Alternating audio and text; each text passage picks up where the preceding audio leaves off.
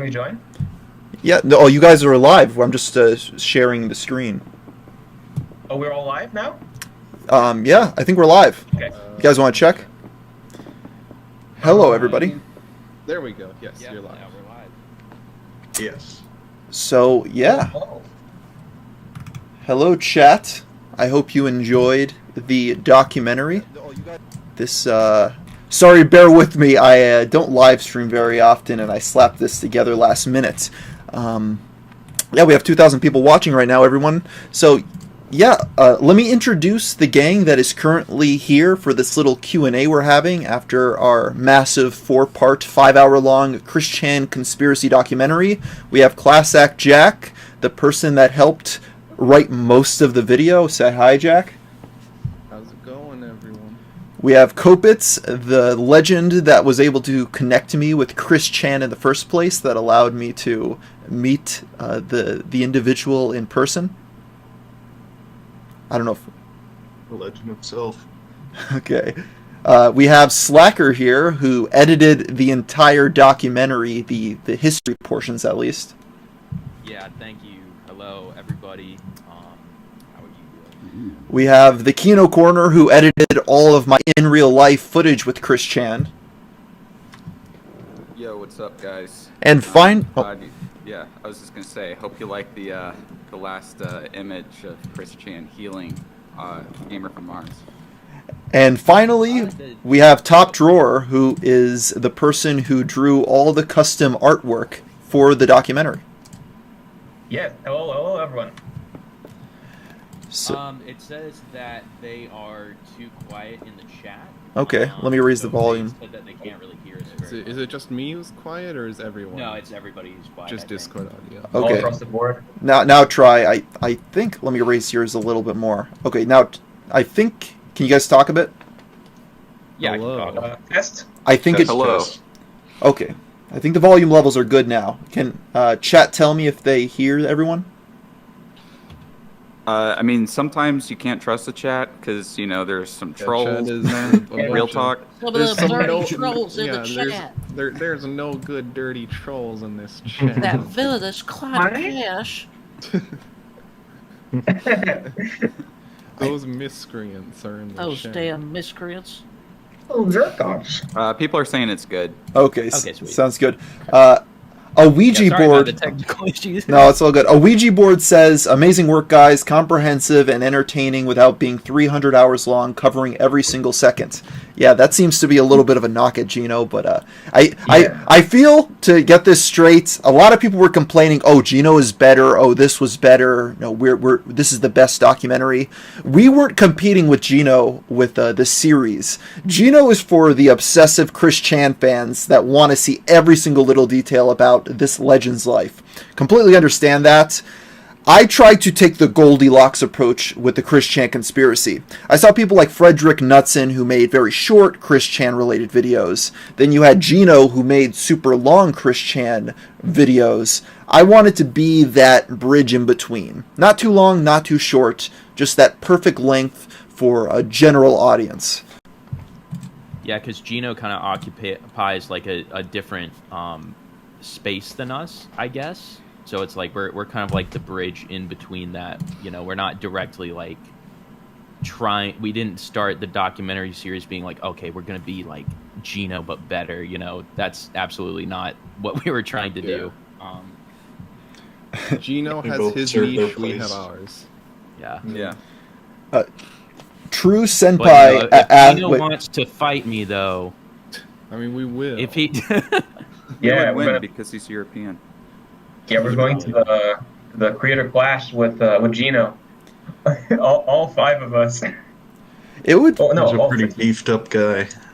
Oh, hey, Art. Yeah. Here's a super chat. Mr. Morris asks, can you guys describe the smell of the Chandler household? Also, did Chris smell like rotting watermelon, like a troll once described? So I will jump in there and I will say that Chris Chan didn't smell bad at all, but the house did have a hint of animal urine. I'm assuming it was like dog or cat urine. Yeah, Chris has held me tight many times, and I've never gotten a foul whiff off of him, but his house, not the best. Not And then Gameboy98 says, this is for Chris. If she is there, what's your thought? Wait.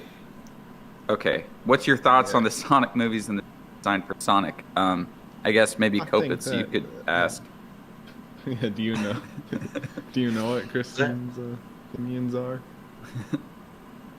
On what? What was it? on the Sonic movie design? Do you know? Oh, I think they she said something about like how it she doesn't like it, but she's learned to accept it. I think that's what it was. Yo, Art, check your Discord messages. Alrighty. Someone asked, True Senpai donated $2. Thank you. They said, did you feel the healing powers? I felt the powers of, this is pretty good footage for the documentary. That's Even better with the new context. I felt pretty good in that regard. Let me see. Sorry, I will get through all the super chats by the end of this. So if I missed it at first, I will get to it later on. Cotton Mather says, "Will you be releasing any more archival footage of your meeting with Chris in the future? Also, did Barbara seem to have mental issues? As for pulling up all the footage and just giving it to the world, it's one of those things where most of it is just not that good. A lot of it is just us playing that card game for 2 hours straight. There's not much to it. Oh my god. We can, want to speak for cutting through the footage and what you had to do. Okay. So, I think you sent me, it was something about 110 gigabytes of footage. I think that's about how much, and it comes out to about 6 or 7 hours of content. But 2 of those hours is just that My Little Pony shipfic folder or whatever game. So it's you guys playing that shipping card game, and that's actually a huge chunk of it, and that's so boring to watch. I mean, I guess maybe still. I mean, there were some good moments in there, but trust me, there are Chris Chan diehards who want to watch all of that. We edited it down to like 5 minutes. I think it ended up being around 5 to 6 minutes of editing down, and still I thought it was maybe a little slow. I was really impressed by how complex she made the card game. Incredibly complex. I mean, it was crazy. It was impressive. It was nuts. It was a new rule like every couple minutes. Yeah. And then, I mean, we showed in the videos, we showed essentially stuff from every scene that you shot or every like encounter or sequence, so everything that you see in the videos is just a more condensed version of what's out there. There's other conversations and there's other, little things here and there, but I think that we kind of boiled it down to its essence. Yeah, I agree. So I don't think I'm going to just dump all of the footage out on the internet, but I could assure you that I'm not going to smash it because a troll told me to or anything like that. It's for safekeeping, for archival purposes on my end, and if at any point we feel the need, we will release more of it if the time comes. We have another super chat here from the one and only Phineas. You did an absolutely fantastic job on the video. What was the experience of meeting Christine like? How long were you there? Do you have any more footage? So going to the point of what was it like meeting Christine in person, I remember there was quite a bit of adrenaline pumping through my veins, like when we pulled up to that house and got out of the car and we're filming, and I'm like, okay, I guess we're doing this. And sorry to interrupt, but I see in the chat that like there are a few people who are saying like your mic is really loud. My mic is really loud. Let me lower it. Sorry, everyone. They don't live stream much. They called him loud. Yeah, I think that should be good. You might press a hotkey that like turns your sound all the way up. Chat, how does Gamer from Mars sound now? The Gamer from Loud. I think I should be good now.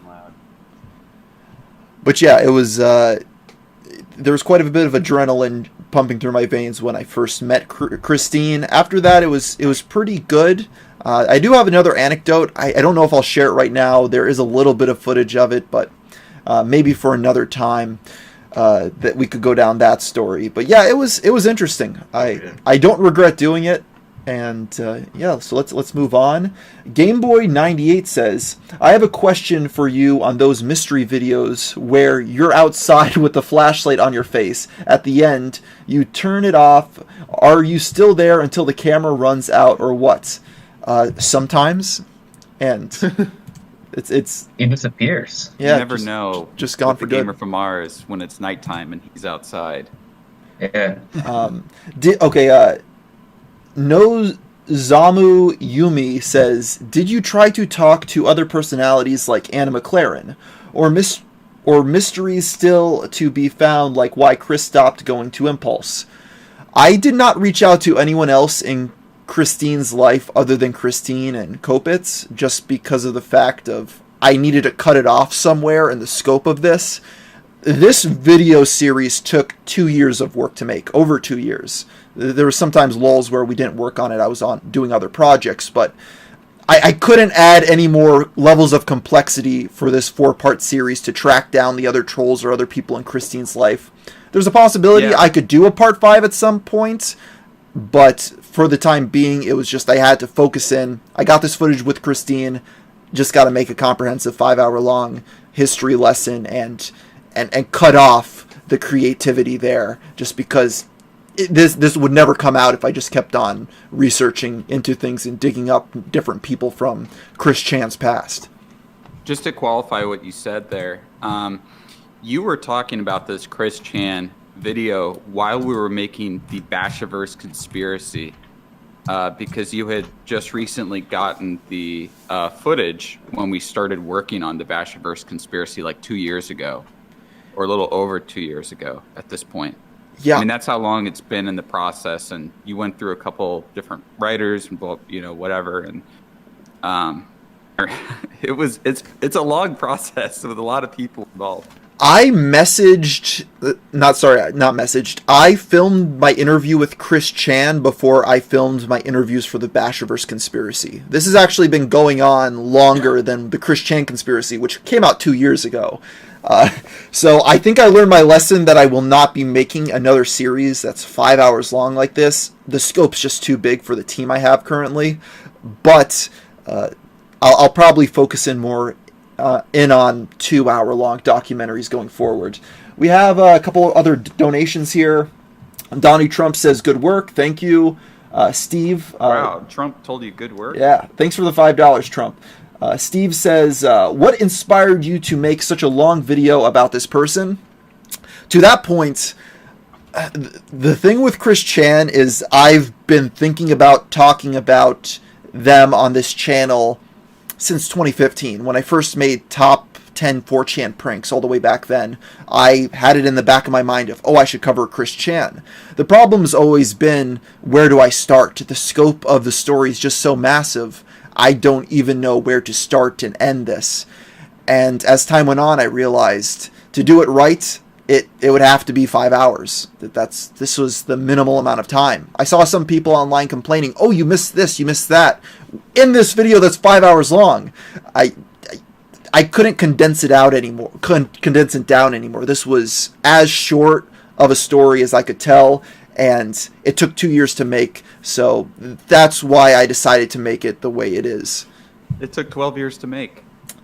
12 years to make. I mean, over 12 years to make if you count just all the trolling that happened since 2007. Took 40 years to make if you count the fact of Chris Chan recently turning 40. The story crazy. technically starts before Chris Chan's birth in the documentary. So. Yeah. Thomas Walker, thanks for the super chat. They have a question. I have a question about the Indian restaurant. Do you think that's the only time he's been to an Indian food place? Did you go to other food places? I do believe that was the first time Chris Chan ever had Indian food. It probably was the last as well. Yeah, Kopitz, do you remember that day and when he did that? Oh, hey, Art. I do remember that. Mic peaking, lower mic gain, not mix volume. So you're using the Blue Yeti, right? Yeah. So there's the gain knob. Lower that gain knob down a little bit. Okay, I lowered the Like gain. the knob on the microphone. Does that sound good now? Yeah, I mean, I'm hearing it through Discord, but they're getting a different mix through OBS, I think. Okay, testing. Yeah, I think it's good now. I'll Someone says, "Can you say well, well, well?" well. I believe is Turkey Tom in the chat currently? I am, yeah. So- Hello. Oh, No. look, not even a turkey. No. What's up? I actually didn't know that I was calling into a live stream. I messaged Yeah, that was Slacker, my like, bad. I messaged Well, Slacker no, to call. okay, He was look, like, "Oh, you so- want to call in?" And I was like, "What?" And then he just added me here. I didn't know. Well, I was but no, like, on okay, the look, stream. here's the thing. You messaged me, Tom, and you're like, "Hey, you want to call? Can I or you want I want to call in." And then I assumed that you meant like I said, call "Do you want to into the call live in? Not stream. that long," is what I said. Yeah, I was like, I misread what you So- said, and I was like, oh, that means he wants to call into the live stream, so I fucked up on that one. But you are a resident Chris Street expert as well. You made that Oh, video about Isabella Isabella, Janke. That's yeah. pretty extensive, which is a really good video. I suggest anybody who's watched the documentary. So true. So true. Yeah. If y'all want like more context on Isabella Janke, I would suggest watching Tom's video on it because it is a pretty good deep dive into it. Because there is a lot more shit with Isabella Janke herself that we didn't get into just because of we wanted to condense it and not make it too long. We just covered like all of her relation to Chris, but there's a bunch more shit behind the scenes. So Yeah, True. absolutely. Real. I believe that when the script was written, we used the script from Turkey Tom's video and condensed it down from there for our coverage. Very true and real. Someone has a question that I think is a good question, since Tom is also in the chat, but it's directed at Art. Atticus asks, "I have to ask, Basher died, Chris went to jail. Does that weird you out? It's crazy that you choose a subject and that happened. Great work, by the way." It is baffling. The Basherverse thing was insane. I don't like talking about the Basherverse stuff just because if I do decide to make part 2, I don't want to run my mouth about things before it happens. But yeah, that was crazy to me. When I first heard about that, I questioned if it was true at first or if this was some sort of scheme. But You called us all up, and it was insane. We were just like, wait, this can't be true. This is... no, I remember that. That was insane. Well, most of the people who worked on the Basherverse documentary also worked on the Chris Chan documentary, so Yeah. it's mostly the same people. It's the But yeah, same that was gang. an insane situation. I still really can't believe it, to be honest. the Took us all off guard. yeah, the Basherverse stuff is crazy. And I'll leave it at this. We have a massive hard drive filled with a ton more craziness involving Basherverse and that gang of people that is not public. That's the thing with the Basherverse conspiracy. Part 1 just covered all the stuff that was done publicly. Part 2 would just be all the stuff behind the scenes that we dug up, and it's just absolutely insanity. It's crazy that when we released that video 2 years ago, we had a bunch of people coming to us not long after with all sorts of new stuff, but we didn't know how true some of it was or exactly the veracity, but the stories that we heard after the video dropped were something. Cotton Mather says, "Will you ever do a video on Mr. Enter?" Is that mysterious Mr. Enter that Yeah. Yeah, animation reviewer? Cartoon. Yeah. The cartoon. going around. I don't understand what the appeal is of that guy, of why everyone's so I obsessed mean, with like, him. well, the whole thing is like, sorry, I don't want to speak for you, but there's just like, I mean, yeah, there's like stuff with Mr. Enter. It's just like a lot of the stuff with him isn't like inherently like insanely interesting, in my opinion. I don't know. Maybe it's because I don't know a ton about him, but it just doesn't seem like there's an insane amount that we could like really do with that sort of story and make it into something. He's like, for some reason, he's like the whole thing of Mr. Enter. From what I remember, he was kind of like like your Channel Awesome type reviewer, but he would be fiercely focused on specific episodes. Not like he wouldn't review like an entire show, right? Like normally a YouTube reviewer would do. So he will only be focused on specific episodes. And that's like that. I think that's like very weird and kind of like off-putting, I guess. Well. Well, that's Also, just I like know an that, issue with his content. I don't know if he himself is necessarily like, I guess, a lol cow or whatever. I don't know. Everybody's a lol cow in the eyes of like, different forms Yeah. of like Encyclopedia Dramatica. But whether or not that's like enough to justify like making an entire like documentary style video, I just don't know. Yeah. Yeah. I was just gonna say the thing about Mr. Enter that I always found, is I did go videos, was how offended he would get at any sort of gross imagery in cartoons. Yeah. I mean, it's really funny but then again, it was just sort of like 2 days of sort of watching through those videos for a laugh, and then I don't understand why some people really obsess over them. Okay. Rungle Foreskin asks, have there been any questions you regret not asking Chris when you met him?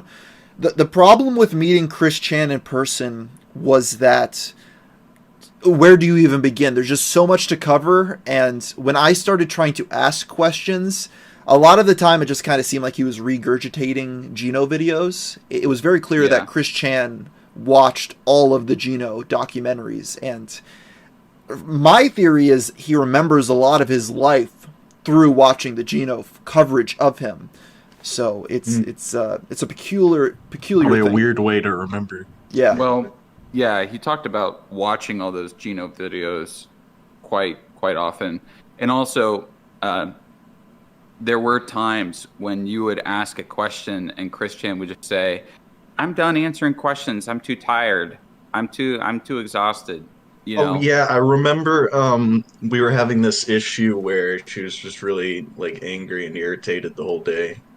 For one of the days that we were filming, and we kind of had to leave early because of that.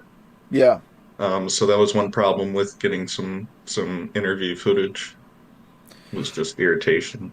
And we kind of had to do like what Christine wanted to do at that particular time. Like we almost ended up playing Dungeons and Dragons for like 6 hours, and luckily Art got us out of that one, and we ended up playing a card game for 2 hours instead. But people are asking if you talked to his mom. The only time you talked to his mom was caught on camera, and that is in part 4, I do believe, right? Yeah, I've talked to Chris's mom a few times. So no, I know you have Kopitz, but with Art, the only time you ever talked to Barb was actually in the video. Yeah, when I was there, I did not see Barb around, other than that one instance where she was up on the stairwell in the back of the house. I didn't want to pry. It's not like she was somewhere where I could have said hi. Didn't see her, and I wasn't going to go into parts of the house that she may have been in that I wasn't directed towards. So yeah, that was the extent of my meetings with Barbara. Mr. Waifu Taker says, I've enjoyed reading over your take on Christery. It's pretty disturbing how the tale ended, as I thought she was settling down, and then July 29th. I remember very clearly the morning that the story broke about the mother-daughter saga, and I just remember there was a tweet on my timeline that said, just saw what Chris Chan did, and it was an emoji of somebody puking. And I was like, what happened? And I immediately went to Kiwi Farms and I digged into it, and I was like, what? And I'm messaging the group chat for the Chris Chan conspiracy, and I'm like, what's going on? And then I find it, and I'm like, this can't be real. This can't be happening. Yeah. And it was 100% true. Yeah, I think I found out through you. It's real. I remember our original draft because our script were done at that point. We had written all the episodes, but like episode 4 had originally ended like, we don't know what's gonna happen to Chris Chan in the future. Maybe things will get better, but then like this happened, like, okay, we have an ending now. Yeah, I forgot about that. We didn't know how we were going to end this up until that point. And after that happened, I was thinking about it. I'm like, there were people saying that this is the final saga. That's what they were calling it. I'm like, it's messed up to say silver lining, but this gave us a conclusion for this 5-hour-long epic. And now Chris is just another internet mystery. Yeah. Right. And on top of that, I when that happened, I thought about it. I'm like, wait a minute. I went back into the footage, and then I found Christine talking to us saying, oh yeah, I've healed my mother through touch. And I'm like, What? Yeah. So I don't know how long that was going on for.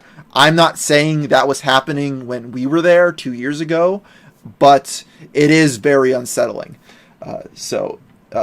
Colin Bradley says, how much of the comics did you read, and what was the most disturbing or obscene drawing you saw? So I've read all of them, yeah. Okay, you could answer that question then. I don't know.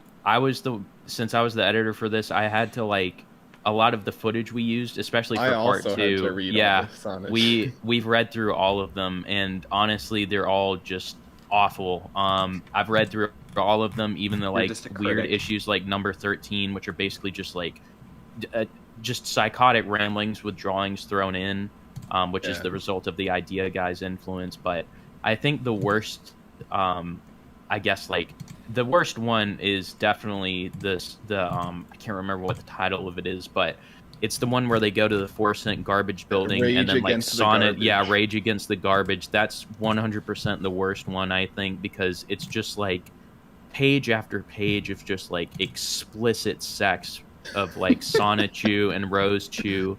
There's like this weird part, like we had to censor. Well, we couldn't show most of the comic because most of the pages.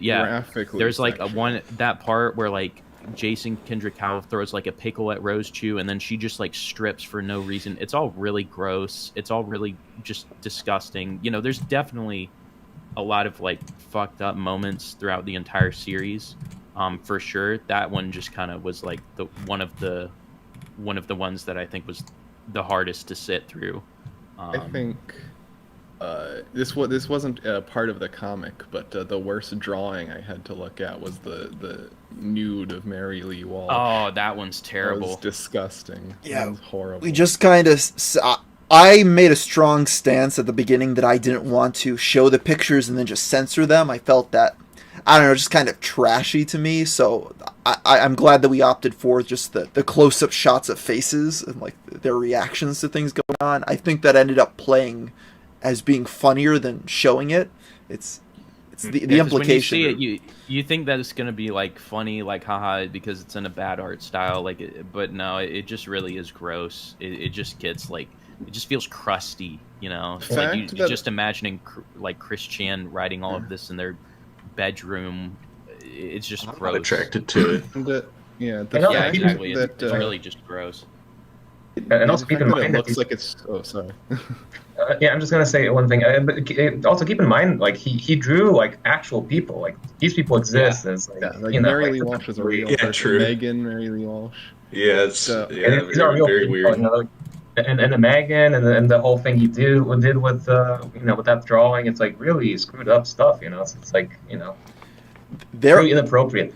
There are two things that I wish I could have included that I didn't. Or I had to censor, and one of them was Chris saying the N-word, which I feel like showing it, just the visceral reaction to it would have been, better. I guess it was fine either way, but it was just like, we're not censoring anything else to that extent, but I'm going to censor this just because I was afraid YouTube would, go after the video just because, it was racist, even if it was in the context of a history lesson. The other one was... The chat went wild, too, in that scene. That was so funny. The premieres for all of... Talk to y'all later. Nice seeing you, Slacker. Yeah. Thank you. Slacker. Out of all of the portions of the documentary premiering, the biggest reaction was when Chris called Surfshack Tito the N-word. The chat just went insane. That was definitely a highlight. The other one was when Jack was humping the PlayStation 3 for Jack Thaddeus. Chris was humping. Oh, sorry. Yeah, Chris was humping it for Jack Thaddeus. Yeah. I couldn't show the thrusting. It was too graphic for YouTube. So I love that clip because it's just 8 solid minutes of Chris going, "Damn you, Jack Thaddeus! Damn you, Jack Thaddeus!" Oh man, it's a shame the thrusting was too graphic. Yeah, so I just had to take a screenshot and pan in on it. It worked, but I definitely suggest people go and search that video. It's pretty humorous. Let me check some super chats that I've missed. Nazumu Yume, thank you for the $5. They ask, did you pay Chris at all for the interview? How much? Somewhat recently, Chris offered $50 for sexual services. So I won't go into detail about. I don't know anything about the sexual services. I think I may have heard about it, but that doesn't involve me.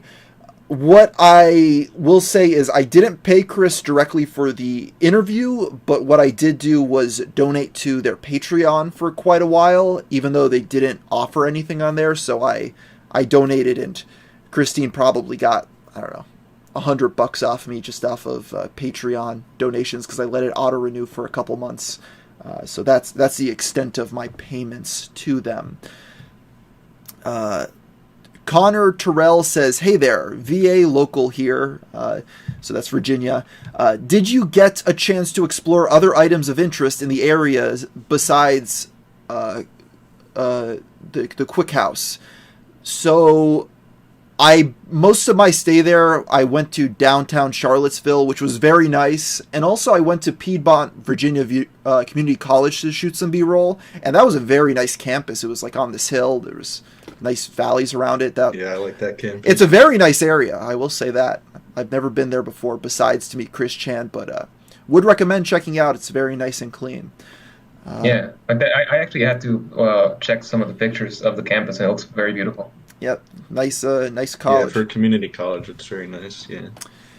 Yeah, and nice place to spend 6 years to get a 2-year degree. I could see why Chris stuck around. Let me see what else I missed. Mia asks, what were your guys' reactions after the criminal charges were unveiled, especially after meeting Chris and being in their home? I was disturbed at first, but then after a minute, I then said to myself, in the great scheme of things, this does add up. It's not unbelievable. Ricky says, how was the orgy with Chris? I don't know what you're talking about. The overthinker. Wink, wink. The overthinker says, response to normies who say this is exploitation.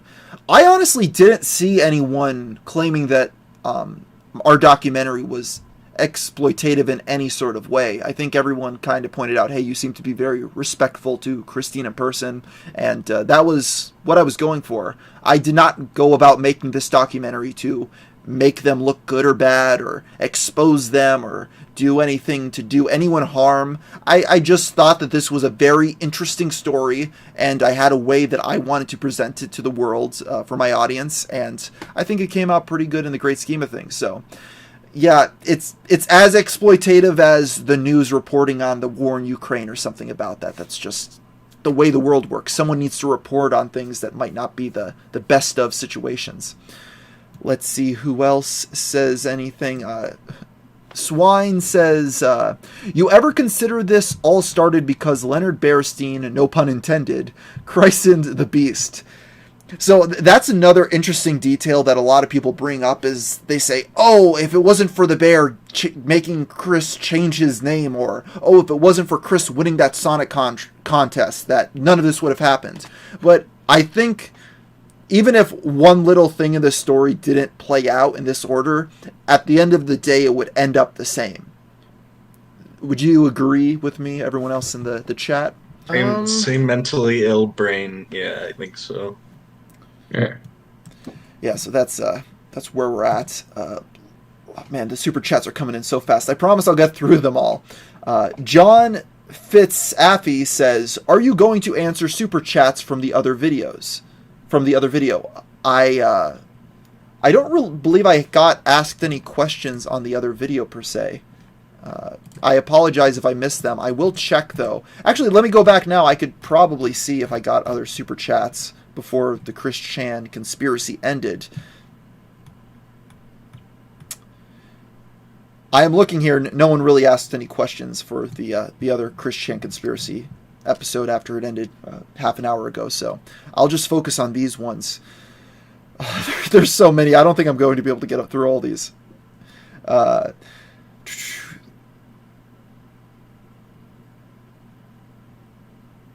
The doc was fire, Timothy Marcox says. Thank you. Art, are you Lord Silly Nipple? No, that is Review Tech USA. He is Lord Silly Nipples, Taco Boy 2002. Steve asks, did the dogs ever stop barking during your visit? Kopitz, I believe that they kind of barked nonstop for a big portion of it, but when we calmed down and started playing a game, at that point they stopped barking.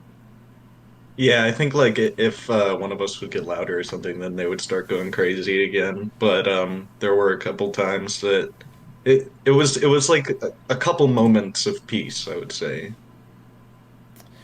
And also I want to add something. We did not doctor that footage to make more barking sounds than actually were there. That was No. just the amount of barking that was in that video.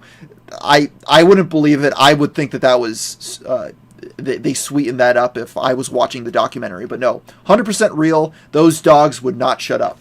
Alec Sonner donated $20. Thank you very much. He says, "Hey Art, just wanted to say I enjoyed your documentary. It was unique and refreshing. What made you interested in making it?"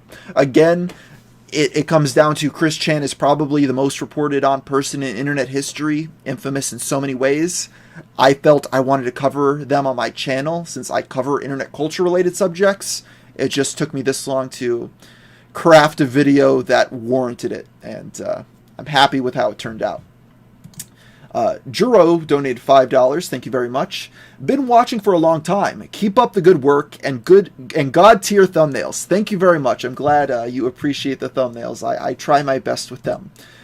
Lick My Musket Balls Yankee donated $5. Thank you very much, Musket. So, do these cost real money? I don't know what they're referring to in terms of these costing real money. But, so be it. Super chat. They're just throwing currency out there. Musket did donate $5. Yes, it is real money. You did give me $5 right now. Thank you very much. Miles Wiki, sorry if I'm butchering these names. He says, great documentary. Do you think Chris would have turned out different if the Fiona girl who genuinely liked him showed up in his life earlier? I don't think so. At the end of the day, I don't think that would have lasted.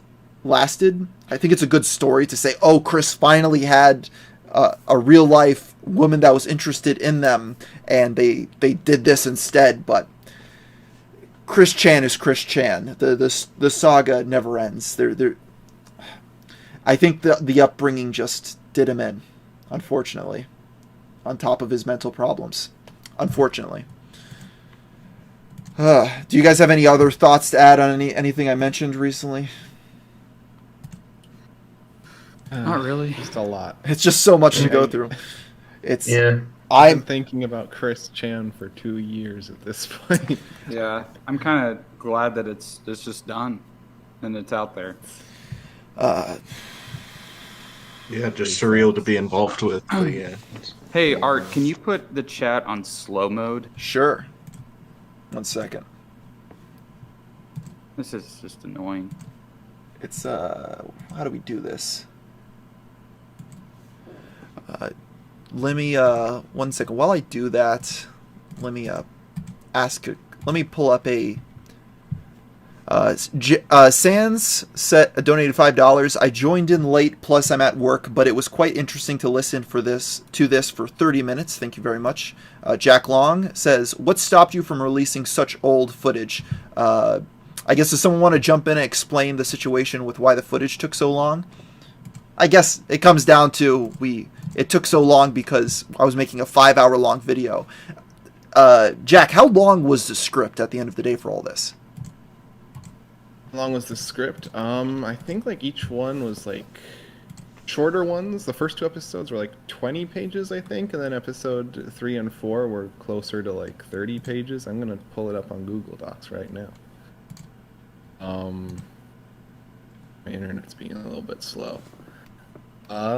Yeah, I think part 4 was 27 pages. So if that can give you some idea of how long these scripts were. It's so much to read through and figure out. Yeah. Kino, I apologize, but I can't. I don't know how to do slow chat. Yeah, it's just that these people have like multiple alts, and I can hide them from the channel can you put it in sub-only mode or something? It's just I can't even like focus on talking to you because I'm too busy being a Janny here. Never-ending battle. I feel It's getting great. I feel like Wings of Redemption. Sub only. Fight for 5 months. I'm not here to We go to conversate. Ban World now. Ban world. Look here. Look, listen. Appearing Ban offline does not real stop talk. it. Definitely dissident. Real talk, Pips. Yeah, what's up, pimps? Definitely dissident says, what a banger. Thank you very much. And GromedX donated as well. They said, I love the videos. How long before Chris went to prison did you meet them? Also, say hi to Darcy. Hello, Darcy. And as for the second question, it was probably like a year and a half, I would say, after we recorded the footage. December 31st and January 1st, 2019-2020, I think, were the 2 days we filmed. Yeah, it was before COVID. It's funny. We were making this, and I always thought that, it's almost done, but it never was. And for a while, I thought, am I going to have to explain why no one's wearing a mask in this? But it took so long to make that we went through an entire pandemic, the span of making this thing. So it ended up not being a problem. But I am a lot fatter in the footage. I noticed when I pulled it up after not seeing it for a year and a half. I was like, damn, I lost 40 pounds since then. So yeah, let me see what else, other super chats I may have missed before.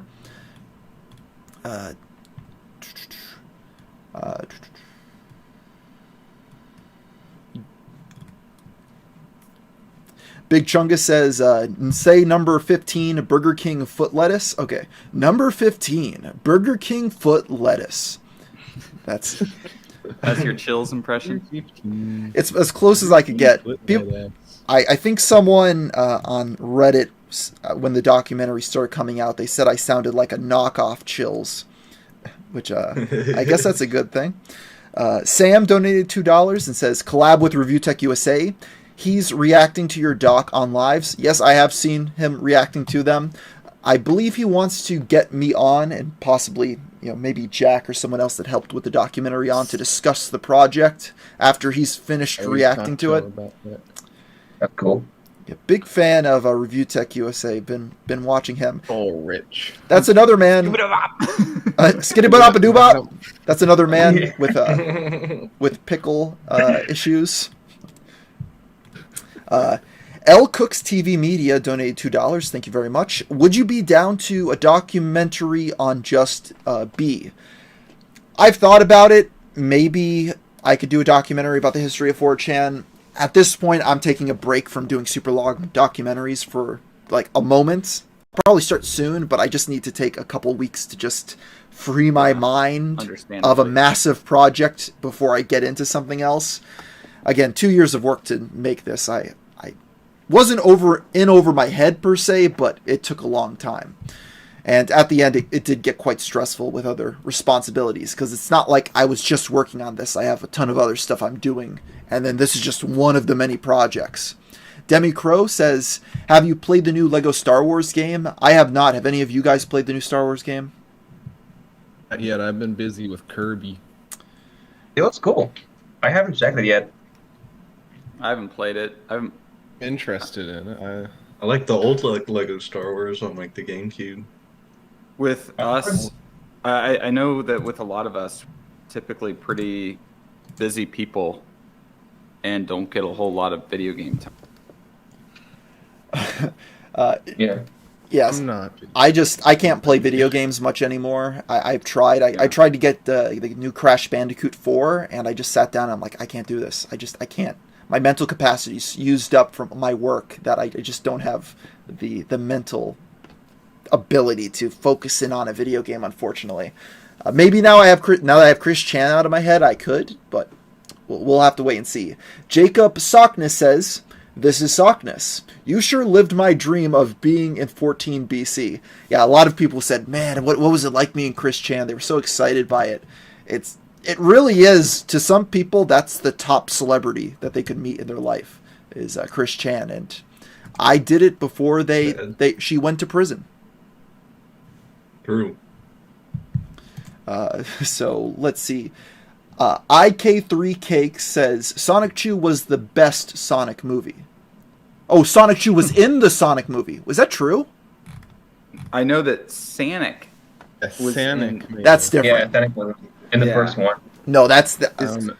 I don't think they. That's a I different wouldn't. thing. I wouldn't think they would have Sonichu in the I movie mean, because as we mentioned in the doc, their Sonic franchise has referenced Chris Chan in the past. Yeah, there's one episode in Sonic Boom where basically it's like a whole Stephen King misery kind of parody where Sonic gets trapped in how can I say this? I'm sorry. He gets trapped by a fan of his that looks that's very that his look is very resembles a lot of Chris Chan's look. By the way, for the viewers, English is not my is not my first language, so if I sound a little rusty, my bad. Sorry. No, you sound great. It's all good. You always apologize for It's that. my You first always language, and I'm still a little rusty. Yeah, you sound better than a lot of English speakers that are in the U.S. So Yeah. I'll give you Yeah, that. sometimes it's just when I get a little nervous and I get a little bit, rusty. It just for some reason my English is just kind of bogs up a little bit. So my bad. Start overthinking it a little too hard. Yeah.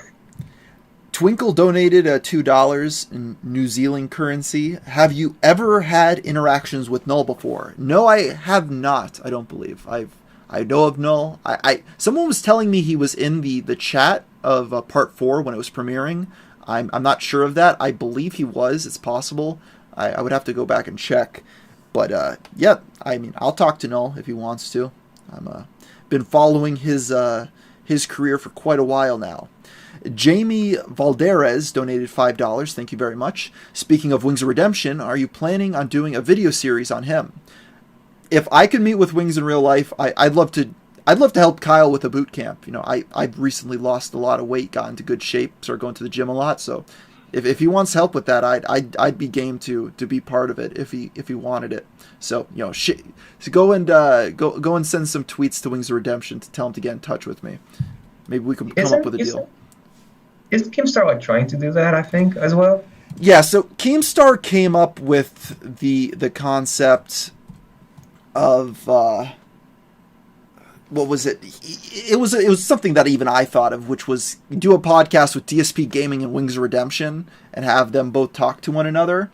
The problem is that no brand would do sponsored messages on it, because any brand that did do a sponsorship on that podcast would be inundated with trolls saying, "I can't believe you're giving money to these people. This is all the terrible stuff they've done," and it just wouldn't be profitable, and anyone that was involved would be trolled as well. It's just there's so many easier ways to make money in the YouTube ecosystem than doing a troll podcast. Yeah, like the Band World podcast with Keemstar and DSP. Welcome to Band World. Welcome to Band World. Such an iconic thing. Swamp Cherub says, "You guys did an awesome job bridging the gap. I think Chris is another important outlier in mental health, criminal awareness. Thank you." Yeah, it's one of these things where, going back to another question of exploitativeness of the documentary, I'm telling a story. This is a real person. I didn't exaggerate anything. It's the story's insane. I told an insane story. And yeah, there are a lot of questions to be asked there about mental health and are people with different disabilities and on the spectrum, are they being treated in the proper ways? I'm not an expert. I can't answer those questions, but maybe my documentary will allow some people to ponder that question. Jacob, definitely an interesting case. Yeah. Jacob Sockness says the jail saga never had to happen. If I went too quick in 2019, I don't know what that means. I'm assuming that's a threat of some sort. I don't condone that. Squirt Adams donated $5. Thank you very much. What do you think will happen to Chris after prison? That's a good question. I'm not an expert at this stuff, but what I would imagine is going to happen is that Chris is going to end up in a halfway house of some sort where he doesn't have internet access. What do you guys think? Probably either a halfway house or possibly homeless. I don't know. I feel like if that's a thing, then that would be what would happen. But do you know if that's a thing where there are halfway houses, like where they could be court ordered to, you know, because the internet's too harmful for them or something? I don't know if that's a thing, but it definitely I think it would be a that's where I would deal. think they should go. I really have no idea. Rosh Drawsley says, "This is like 1 million rubles, so you're welcome. Thank you very much." Let me see what else. I think I missed a couple super chats. Let me update the master list. Hey, Art, can you add a filter for the word upchucks? You can add, I can't do anything, but you can on Studio. You can add a filter so that they can't. Oh, yeah, on YouTube Studio. So, you guys want to, Yeah. while I do that, does somebody want to bring up something? Did anyone see the new Sonic movie? No, I'm seeing that yet. tonight. Not yet. I'm looking forward to it. I'm seeing that tonight. I instead went and watched Memoria yesterday, since that's only playing in theaters, like city by city, and then it's not releasing on home video. So, but I heard the new Sonic movie is a little bit too long. That is what I heard. I'm Yeah. looking forward to seeing it. I haven't checked it yet. I haven't checked both the first one nor the new one. I hope they're good.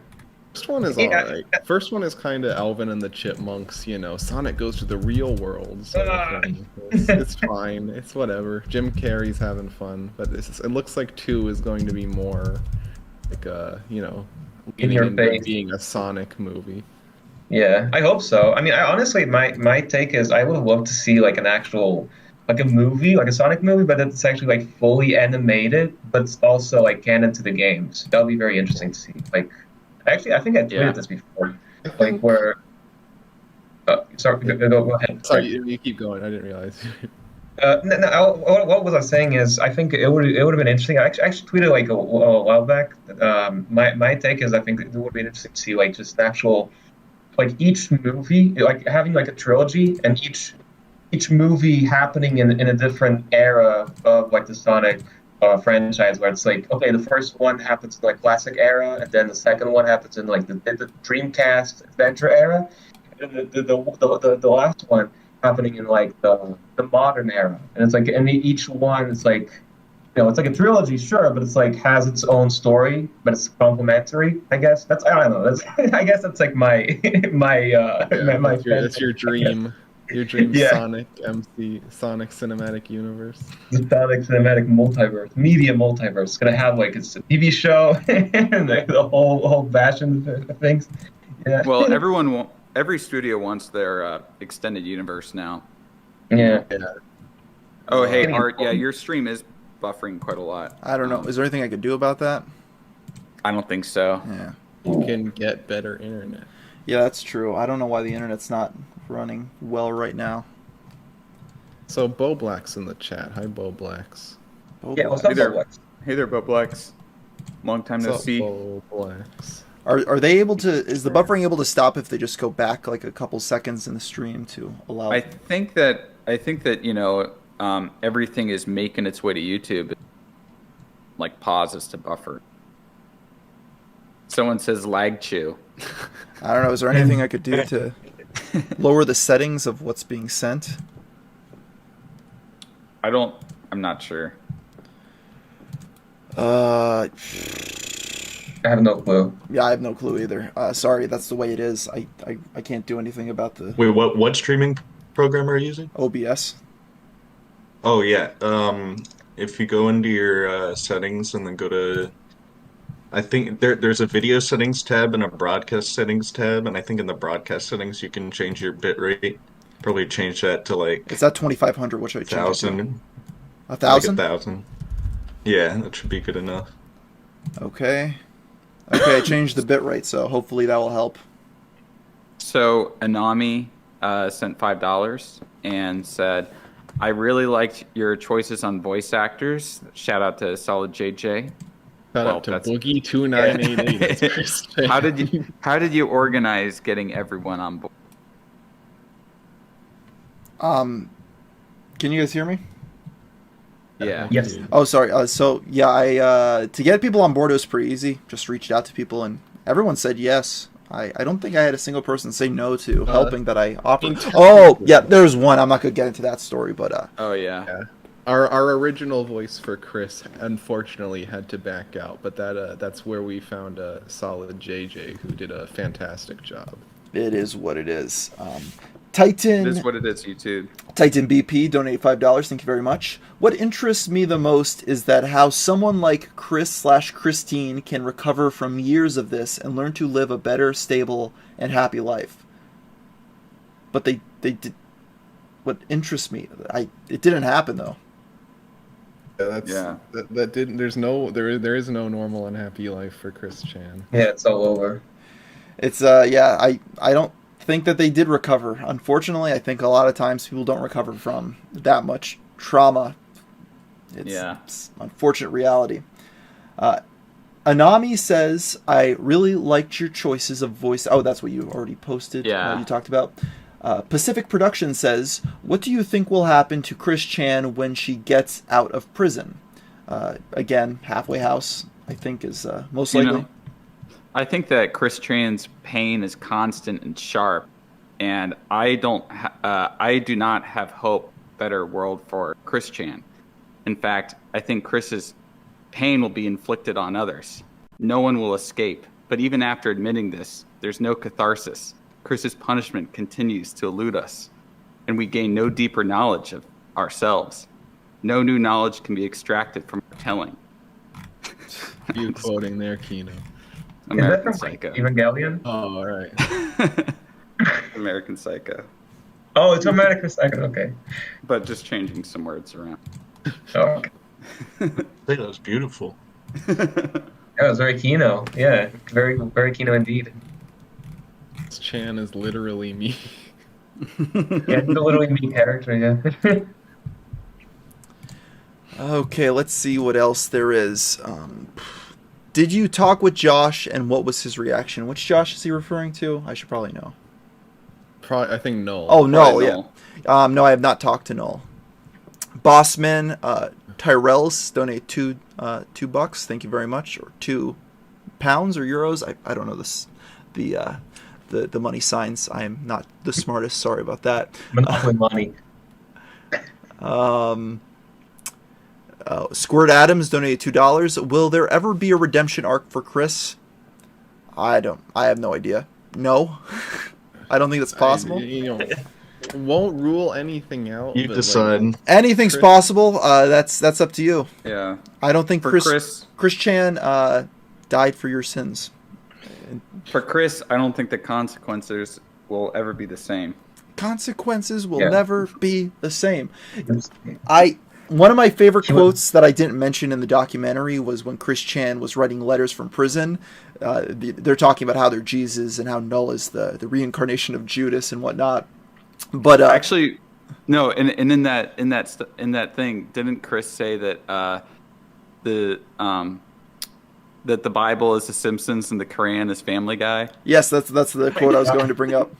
Oh, sorry. Oh, it's all good. Yeah. So The Simpsons is to the Bible what the Quran is to the Family Guy, and that sums up everything pretty well. Yeah, I would agree. It adds up, yeah. The Divine Idils says, Jacob Sock is crazy stalker that wanted to hurt Chris. I don't know anything about that, and I'm not getting involved. SKS 2002 donated money, thank you. Have you looked into the situation between Chris Chan and Sean Walker, the WCT? What are we talking about, the Watchmen? I actually known WCT through an alt-vid site called Vlare. I don't know much about that.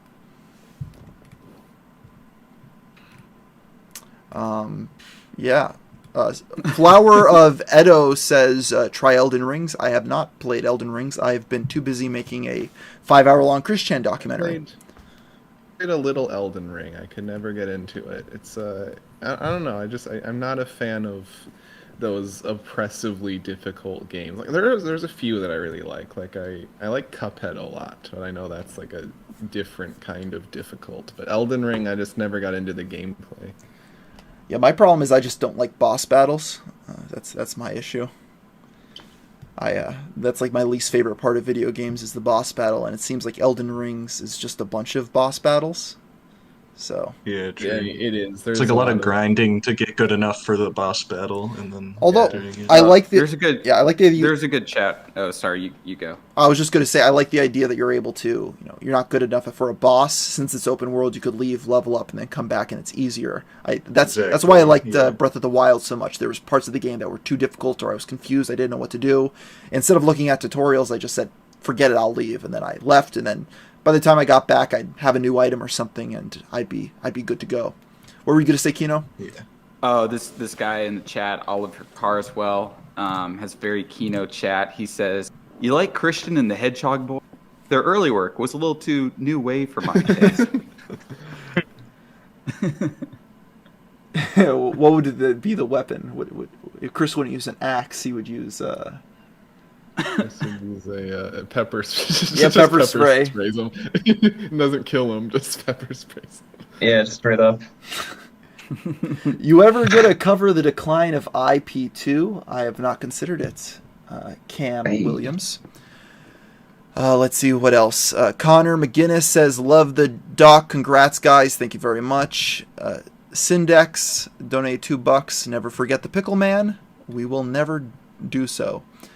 Pickle Man tricked me again. IK3 Cake says Sonic Chew was the Sonic movie. Melanie Stone says thoughts on Christine being trans. I will say on that front, I'm not going to get involved to my best ability. I just did what I think would get me in the least amount of trouble in terms of pronouns that I use throughout the documentary, and I'll leave it at that. Flowers of Ito says, "Hey, love the stuff." I may have mentioned that one already. I think we got caught up, and now Chelsea Gruesome says, "Honestly, if 4chan drama is your scene, CGL and JFash communities had ripe drama back in the day, like Pixie, Terry, etc. There's a lot of those old school trolling situations that there's like a backstory of, but there's not very good archiving of most of that stuff. That's my biggest problem, is getting visuals for those different old 4chan, old school internet sagas.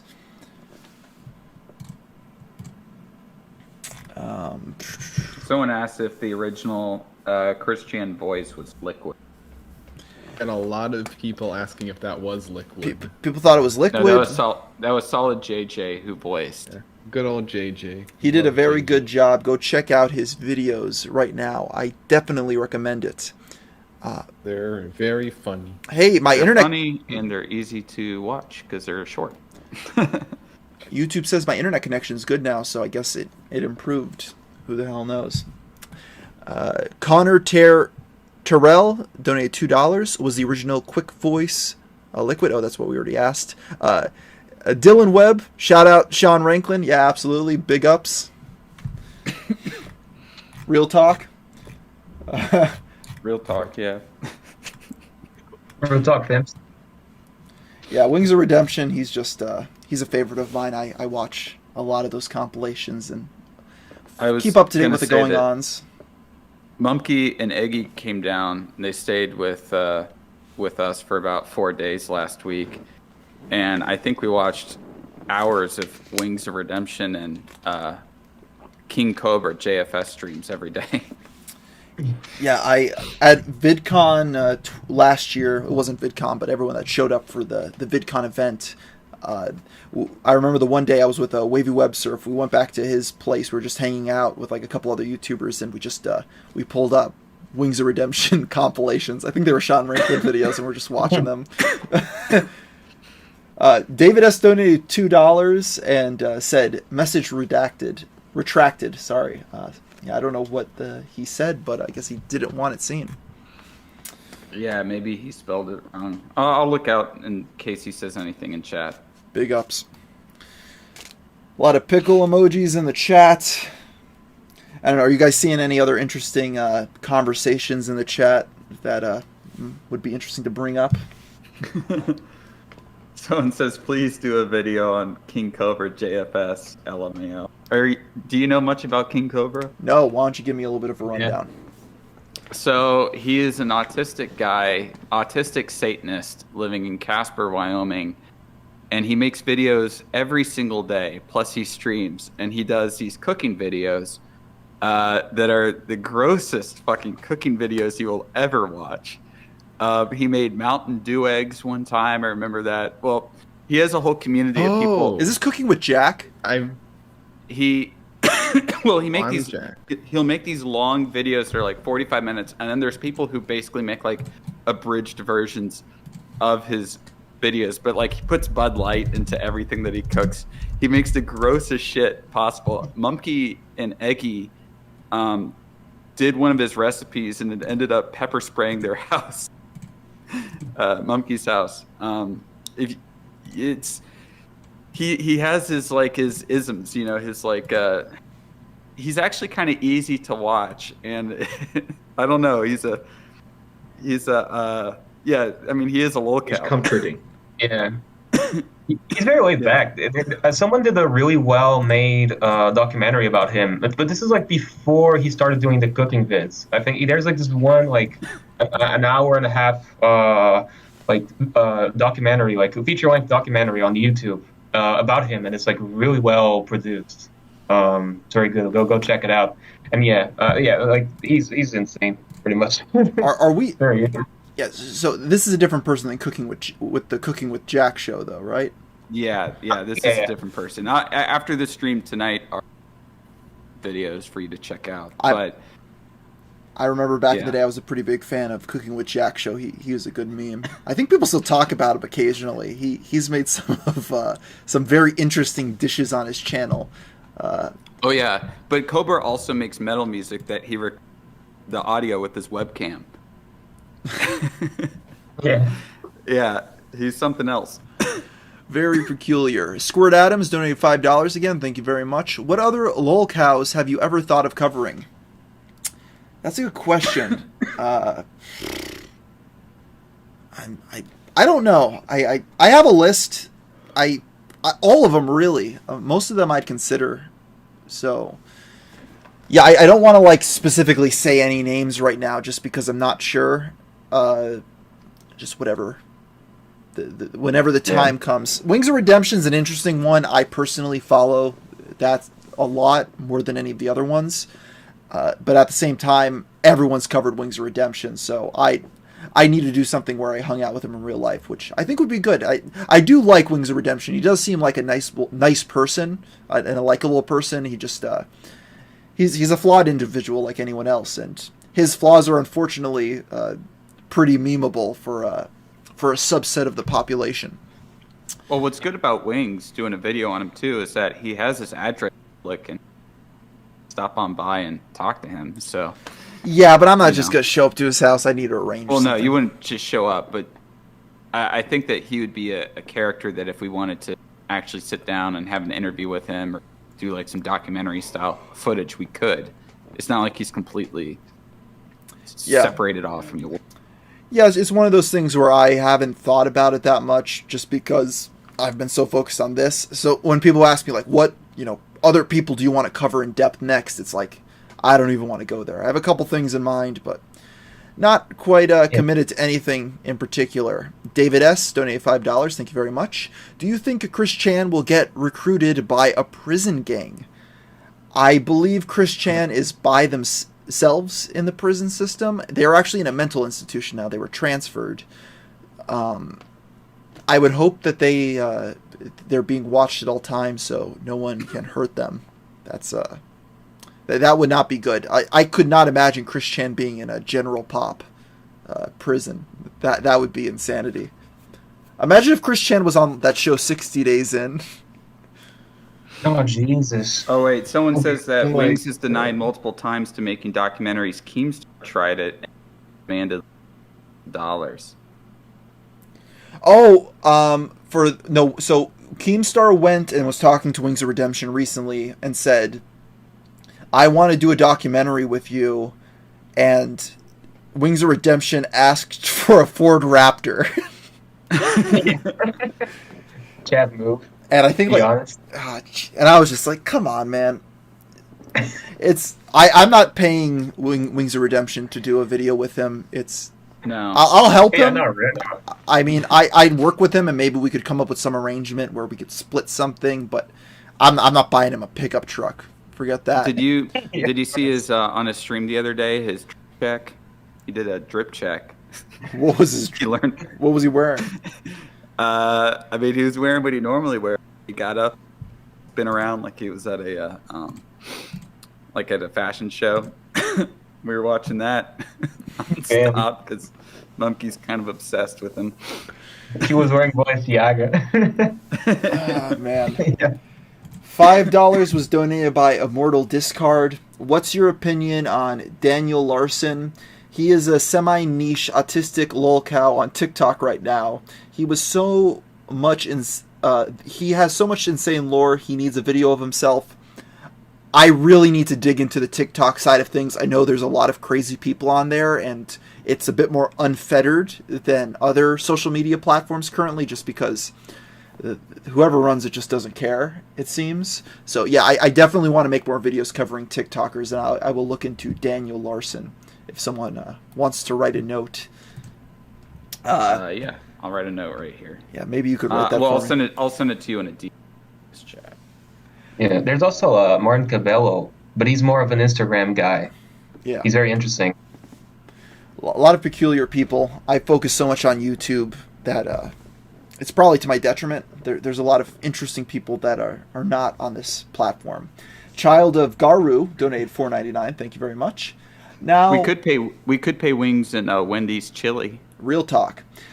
Now that you completed the Chris Chan saga videos, what topics do you have in the works? There's this guy named Lamar that would make a good video. Again, I do have one or two ideas for videos. It's too premature to announce them just yet. And again, after I turn off this stream tonight, I am not going to think about making a long-form documentary for a couple weeks. I just need to take a break. But we'll have to see. Let's see if I missed anything else. Hammy Bone. Oh, favorite Wings of Redemption compilation channel. I mean, shout out Sean Ranklin, of course. Wingtings, Lord of the Wings, Wings 007. The homies. The Slob Father.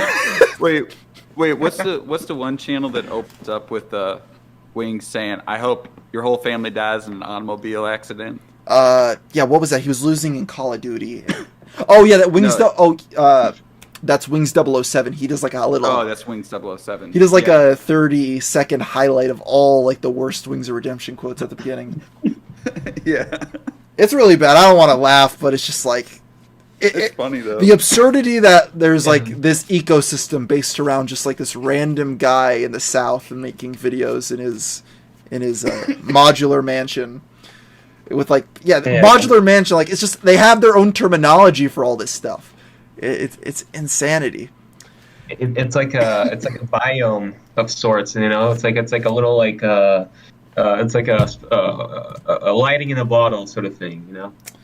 Yeah, it's insanity. I don't think there will be another Wings of Redemption. Kind of like there will never be another Chris Chan. Just such a unique character.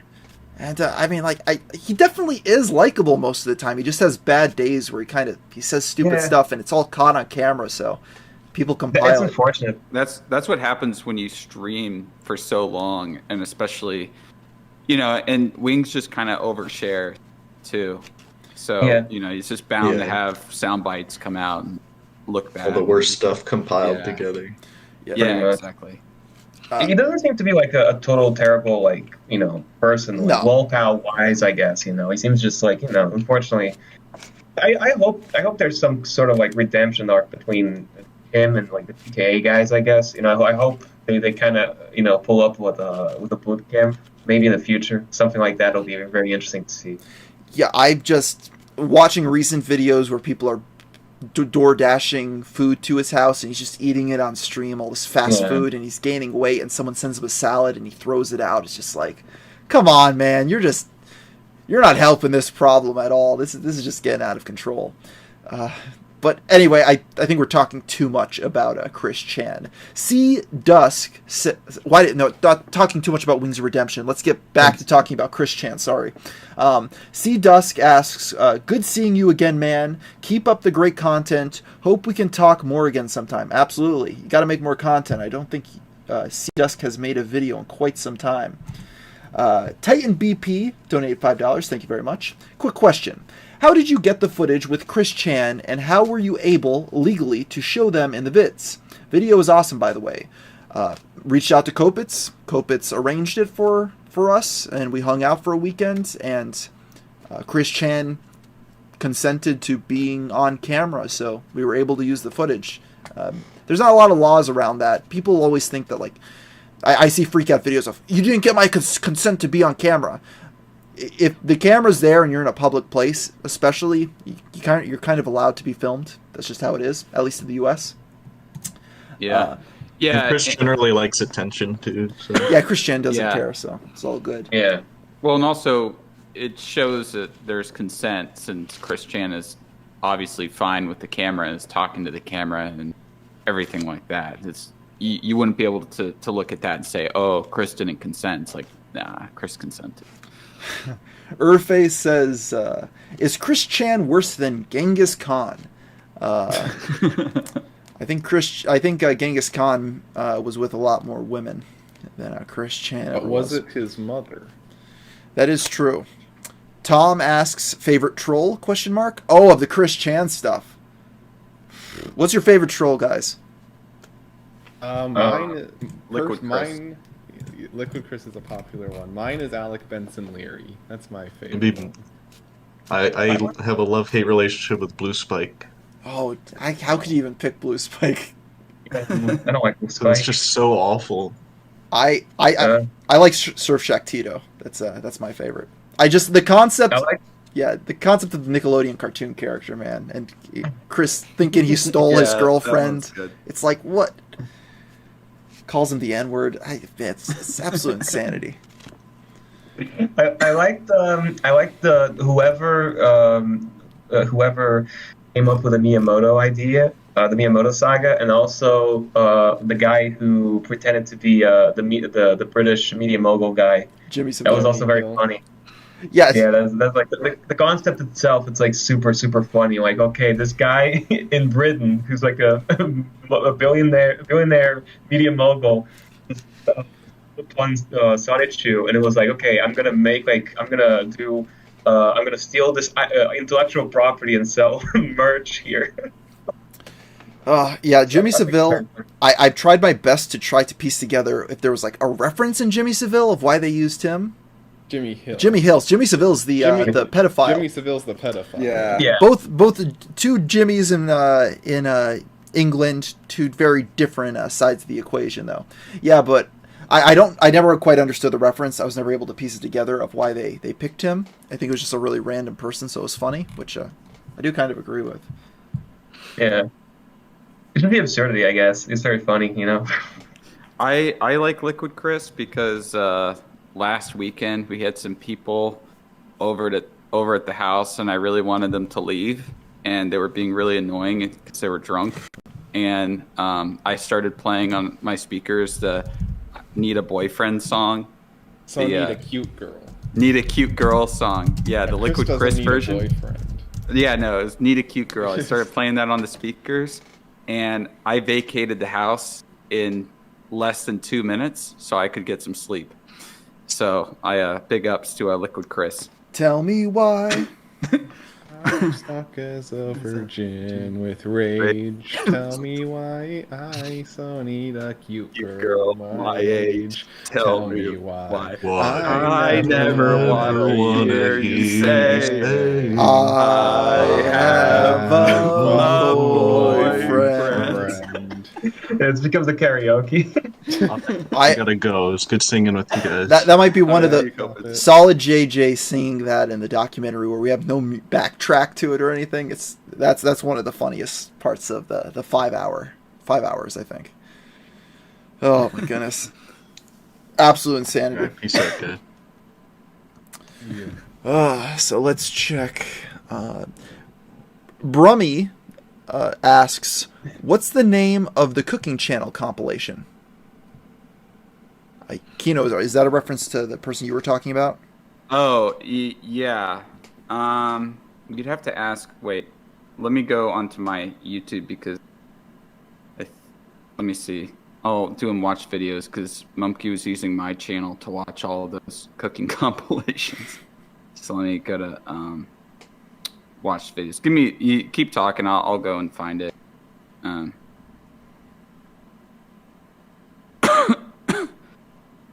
me see. King Cobra JFS King.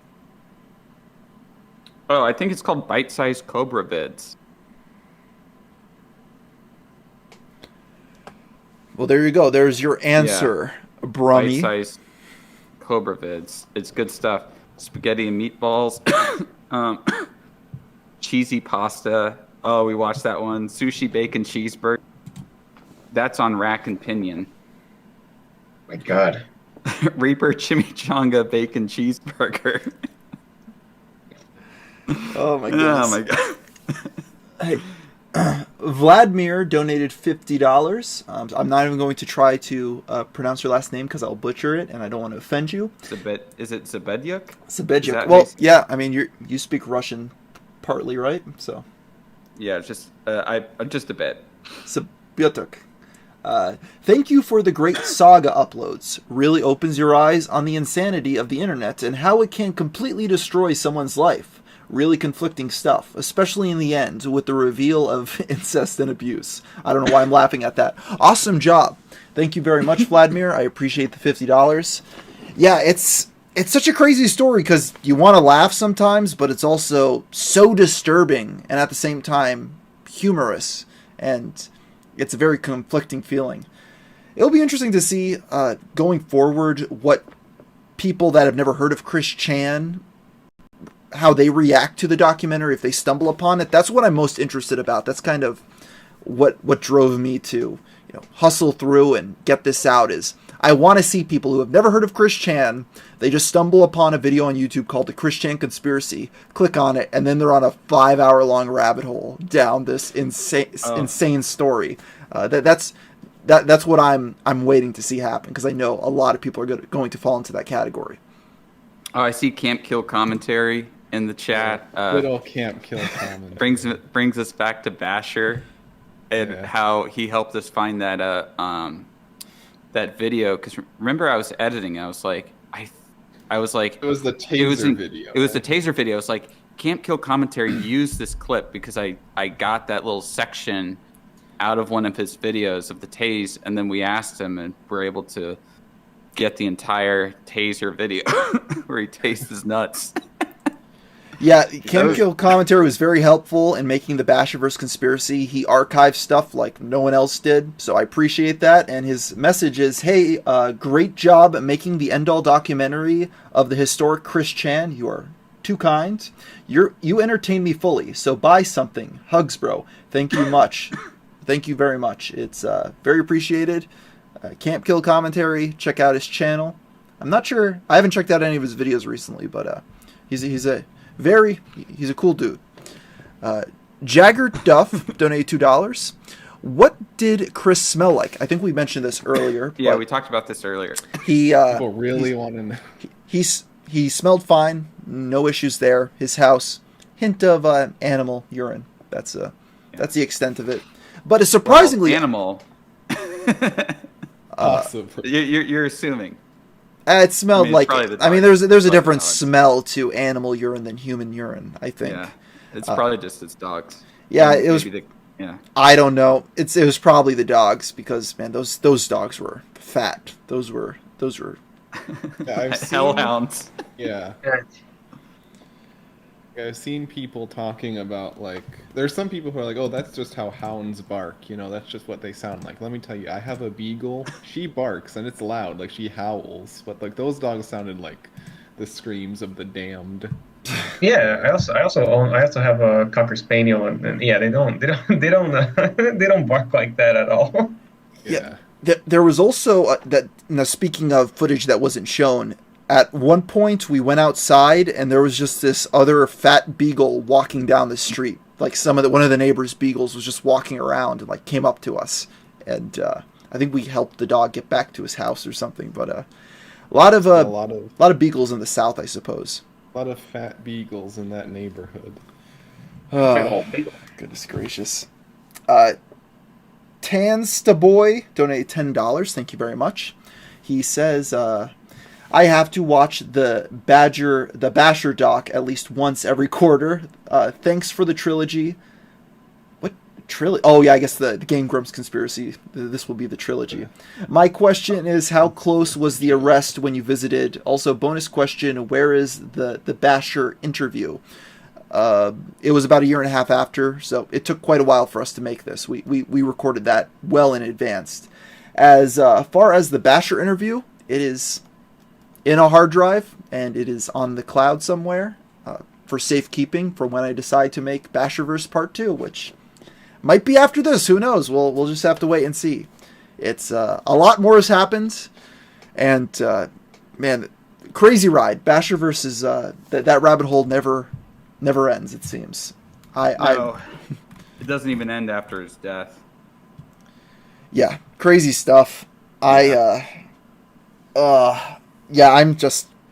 I can't wait to just fall asleep tonight and know that this weight is off my shoulders of this Chris Chan documentary. I don't think anyone realizes just how much this has been weighing on me, of just like, I gotta get this out. I gotta get this finished. Yeah. Well, we initially, remember like the idea maybe about a year ago was getting this out when in like September, October. And then with everything that kind of happened and just the amount of time it took to write the scripts, that took a long time. And then plus, editing it, everything like that, it just took so long. I'm just so glad also that this is just out there. People can watch it. We don't have to worry about it.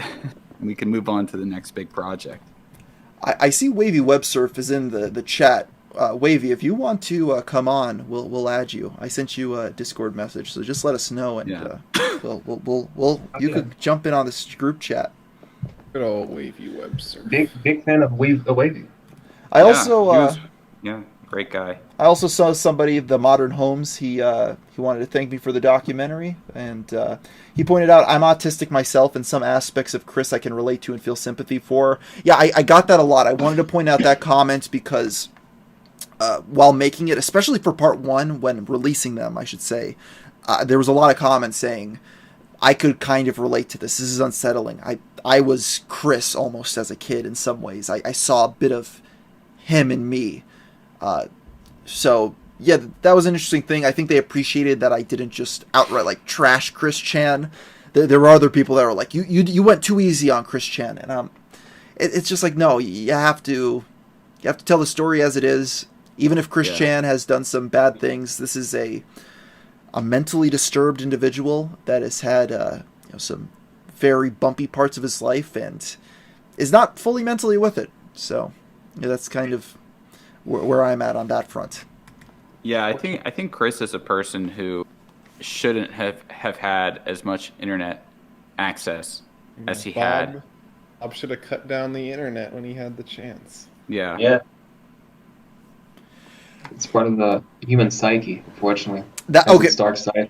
That was actually another part of the footage that I didn't get to put in that I wanted to, was the entire video or audio, I should say, of Bob opening up the door and catching Chris in the act after with Julie.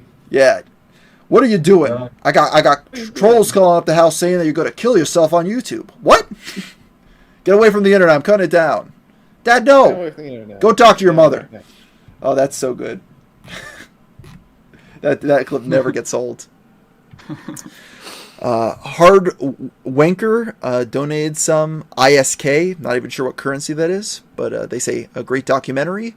But what can we take from it? And what do you guys learn about all of this? I don't think there's a moral to the story. I didn't... The video and how I ended it and how I made it, I didn't go about it in a way of there was some lesson to be had here. It's just unfortunate events after unfortunate events. Yeah. I mean, to real life stories, there really isn't much of a moral. I'd say that in the case of the Chris Chan story, is found within each sub-story within Chris Chan's full life, of what should have been done, what shouldn't have been done. I think it's more just an illustration of how unfettered access to the internet for a person who has as many mental problems as Chris can lead to the destruction of not just that person, but their whole family. Yeah, I think moral of the story is watch what your kids are doing on the internet. I'm going to add Wavy Web Surf to the call right now. Let's see if he picks up. And also, Airface has another super chat for $10. Is the existence of Chris Chan and people like him be autocratic, totalitarian nations? Yeah, I guess he means totalitarian. Yeah, I guess so. Maybe it will. Yeah, I even in like an authoritarian state, maybe in those states, a person like Chris Chan wouldn't have internet access, I guess. Like, that's the thing. In the U.S., it's a wealthy enough country where somebody like that, the government will just give them money to sustain themselves off of, and it's enough of an amount where they could have a computer and make content online, and people could mess with them. So yeah, I guess it kind of depends. I would imagine in some other countries maybe just Chris wouldn't have a computer, and that's why I kind of described this most recent saga on Chris getting arrested as the end of Chris Chan, possibly, because even if Chris gets out of prison, if he doesn't have internet access, it's not really Chris Chan without the internet. Yeah. I think it would probably happen at the same, like, I don't know, maybe it would most likely happen in a different way. I think it would have been more hidden, especially if I don't know, like, I can imagine like some rural, like, totalitarian place. I guess it would probably happen like he would probably wind up like the village, sort of the weirdo of the village or something down those lines, and then he'll probably banish, I guess, in obscurity in a way. He wouldn't have the platform to sort of like boost himself, I guess. I think that would happen, I guess.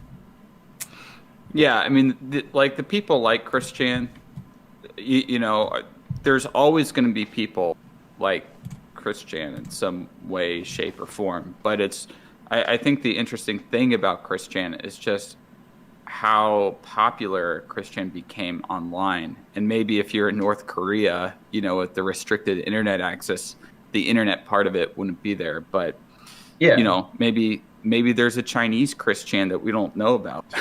Yeah, that would be very interesting. Like in the other side of the firewall, or the Chinese firewall. Yo, what's up, Wavy? What's up, man? I came into Chinese Chris Chan. Yeah. I just wanted to say, I mean, you guys knocked it out of the park with this four-part series, right? 5 hours of content. Yeah, in a month's time. It's gonna be hard to top yourself, gamer. You really went ham on this one. So time-wise, I'm never going to top myself.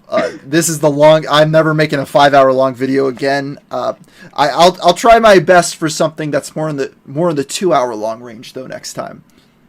I don't know how you kept your mouth shut on having the footage for as long as you did, because you didn't tell me about this footage until probably like 6 months ago.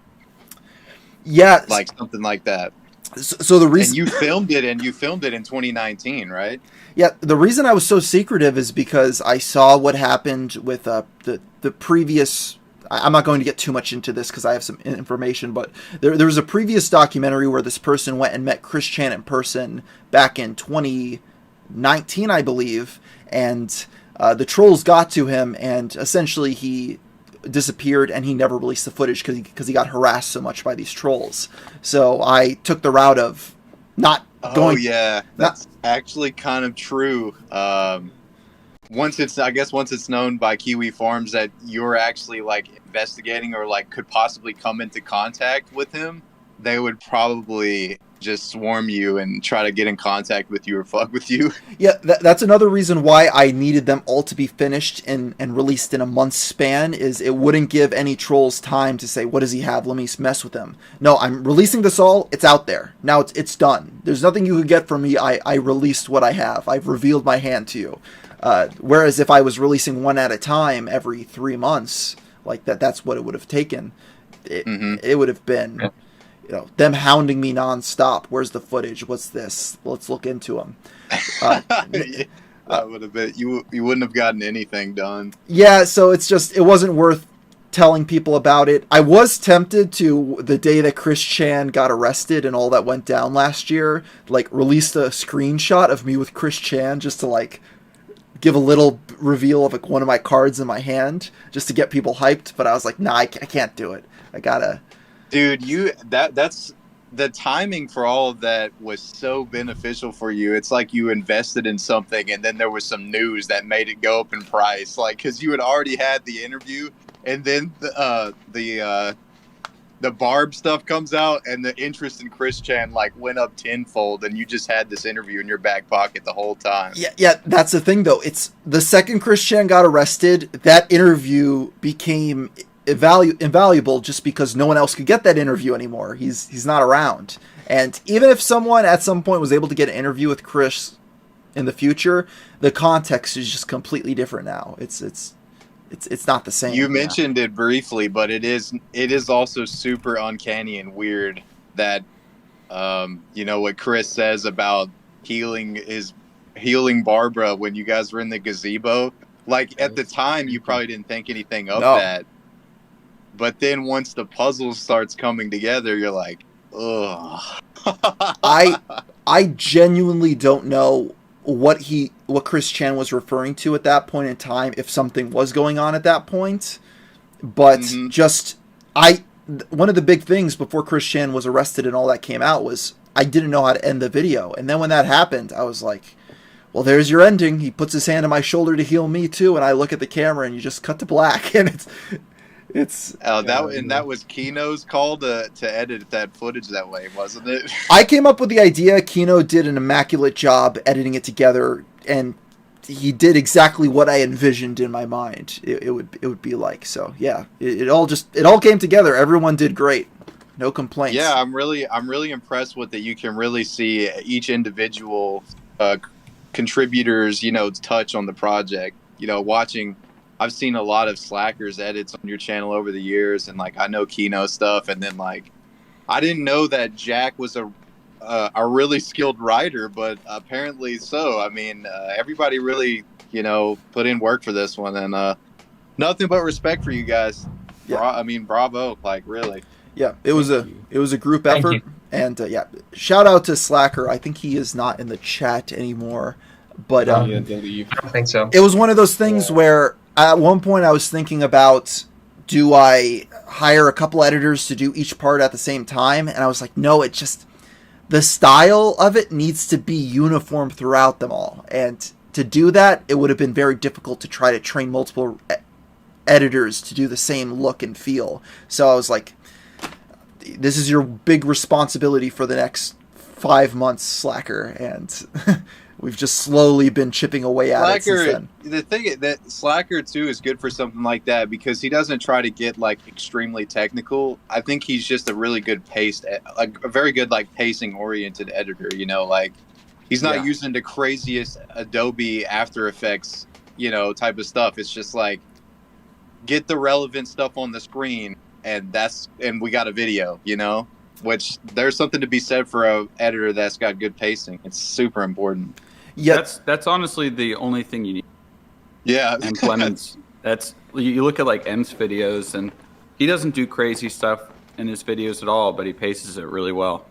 Yeah, that's true. He's a good benchmark for anybody that wants to edit well with rudimentary, knowledge of plugins and shit. Yeah. Yep. It doesn't have to be flashy. It doesn't have to have particle effects. When going into this edit, my biggest inspiration, and some people actually noticed that someone on Kiwi Farms called this out, is I was going for like a Ken Burns documentary feel. of just like the Civil War documentary, except you're doing it about this Chris Chan person. I think it really shines in part one. What a juxtaposition. Yeah, I think it really shines through in part one, especially when Boogie2988 is doing the voice of Bob and we're doing the pans. Like, even the pans are like Ken Burns style pan and zooms on Bob during that section. And I think I got the feel down for that part at least. Yeah, it was because the first episode, it's like, if you compare it to the last two, it's like a lot more warm and sort of like lighthearted, because you haven't really gotten into the depths of depravity yet, and its editing reflects that, you know. Yeah. I tried my best to keep part one was difficult for me because it came out really well at the end of the day, but the reason it came out so well is because I was hyper fixated on the idea of this is going to be boring because the insanity hasn't started yet. So I went through like Bob the Lumberjack. I cut down that script. Bedhead Bernie wrote part one before Jack stepped in and did the rest. And I remember line by line. I remember Bernie wrote part one, and then you were pitching it to both Jack and me, and I was like, I'm not right the Chris Chan thing. I'm like, I did. I took that burden on. Yeah. It was fun though. I surprisingly had a lot of fun. Yeah, it's one of those things, but for part one, I just went through there line by line, and I just said, justify this line. Why do we have to tell this part of the story? And we really condensed down that part one into just like a really clear-cut narrative of the early years of an infamous internet figure. And then we made sure to get all this B-roll of all the locations from Chris's life from the early years. His house, the college he went to, his high school, his elementary school to show on the screen. And then we got a bunch of extra pictures from Top Drawer to drawn for us. So, yeah, I went all out to make sure that part one grabbed people's attention, even if it wasn't fast-paced, and I think it turned out really well. Yeah, man, you nailed it. Especially, you said you wanted to target people who had maybe heard of Chris, but hadn't necessarily taken like the Geno plunge, if you will.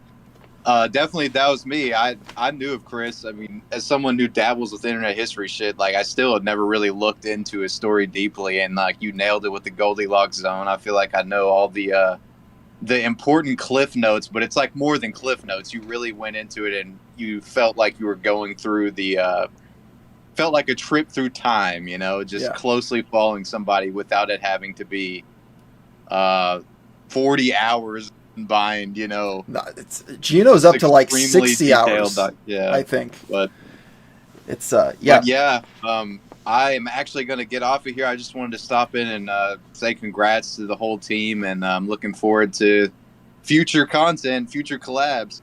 Absolutely. Yo, Wavy, you got to come out and visit. And is that Austin, Texas? I've been seeing that, right? Austin, yeah. Glink and I have a place together, so we got to... I've been wanting to go to Austin, but I'll keep in touch, okay? Yeah. Absolutely. Nice talking to you, Wavy. Have a good rest of the stream, and take care. See you. Hey, have a good one. Oh, man. Wavy web surf, ladies and Wavy web surf. All the stars are here. Camp Kill Commentary says, my kid loves Turkey Tom and he's saying hi. He's a big fan. I don't believe Turkey Tom's on the chat anymore, but Turkey Tom left the call, but we'll tell him. We'll tell him that your son's a fan. That's interesting to hear. Mm-hmm. Very fun for kids. Yeah, and thank you 94E Jack, Coco, Mint, Mima, and Sec333 for your donations, your super chats. Much appreciated. Someone says Turkey Tom versus the gamer from... Turkey Tom versus the Gamer from Mars. That could be a boxing... Wins. Yeah. I think Gamer from Mars wins a physical fight with Turkey Tom. You think? I've considered... I think he might just have a slight upper hand on Tom. Maybe. Oh, man. I think I said mostly what I wanted to say and get out of the live stream, just kind of chat with the audience. Man, we're still at over 1,600 viewers right now. That's really great. I appreciate everyone sticking around. I was concerned that people wouldn't be entertained by my rambling, since I really am not the best off the cuff. I also want to point out right now that We're at over 100,000 views on episode 4 already. Wow. 105,000 views. It hasn't been up for 3.5. It's been up for 3 hours and 24 minutes since the premiere started, and that's insane. Holy crap! This might be blowing up bigger than Bashiverse did 2 years ago. Which someone says, Oki's Weird Stories and Gamer from Mars. what was that last thing you cut off for a second? Oh, someone said or asked, Oki's Weird Stories and Gamer from when? Well, you guys are friends, and we were all in the same little group. Yeah, Oki's I don't know. Interesting Oki's guy. a cool guy. He's working on some stuff. He was telling me about. He's working on a big one right now. Yeah, seems pretty crazy what he's doing. So, I worry for him with this one, if I'm going to be honest. Yeah, I checked some of his tweets. I'm like, whoa, what? What are you doing? Yeah, I've just talking with Wavy Web Surf and some of those. Not Wavy Web Surf. We're talking to Oki in some of those Discord chats where he's rambling on about what he's working on. I'm like, this is beyond me. Let me see here. Niga Springfield donated $10. Thank you very much. You made an amazing documentary. What was Chris Chan like in real life? Again, it's not an act. Chris Chan is really what Chris Chan appears to be on the internet. It's 100% real. So, if what you see online is what you get in real life. Yeah. Brummy says, you should smile in your videos. You look so sweet. Oh, thank you very much. I feel like I have to keep this, even-handed, non-emotional persona for my videos just because it keeps me out of trouble. I'm just reporting the facts, as a lot of people will say. Sometimes jokes slip in, though. One of my favorite... Plain Rock's in the chat. Really? Let's get Plain Rock in here. He just said, can't believe it's finally all out. Celebration. Thanks again for having me voice act a bit. Can't wait to put that on my future IMDb page. Yeah, let's see if we could add Plain Rock to this chat. But, I also wanted to add, because I don't know if we said that Barb acting the way that she does was not an act. At least that's what Kopitz told us. She was not mentally there. There was this conspiracy at one point that I read online of, Barb's just acting crazy for people to pity her so they'll get money, but man, you don't need to do that. She's in her late 70s. I think she might be 80 now, so yeah, Barb just is not fully mentally with it. I don't think that's an act. Hey, what's up? Hey everyone, Plain Rock is here, the voice of a Nintendo associate. Tazashi Tezuka. I fit the role perfectly, right? Like, Chinese year-old guy voicing how old is he? 60-year-old man. Hey, we had Muda, an Indian guy, doing the voice of a middle-aged white dude in Virginia, so it all works. Plain Rock, could you raise your volume a bit? Okay, yeah, sure. Then sorry if I sound a bit hoarse. I'm kind of sick right now. Oh, it's all good. Is this better? Yeah, you sound good. Yes. Okay, cool. Yes. Yeah, congrats on getting it all out. I remember you telling me about this like way before anyone was supposed to know, and I was excited about it. I'm not gonna lie, and I just kept on getting delayed, but it's finally out, and I'm glad that I can watch it now. I haven't seen the fourth one yet. Don't spoil it for me. No, we won't. I'll watch that later. I think you might know how it ends, though. Yeah, definitely. Saber Spark is in the chat, and I just wanted to say something. One of my friends went to high school with Saber Spark. I remember years ago when Saber Spark started his channel. I was at my friend's place in Atlanta, and he was having me watch his videos. That's how I found out about him. Yeah, Saber Spark. My friend's name is Chris Lacamba. Dox your friend Saber Spark. Yeah, doxing your friend. Yeah. I haven't talked to him in years, but yeah, that's how I found out about him.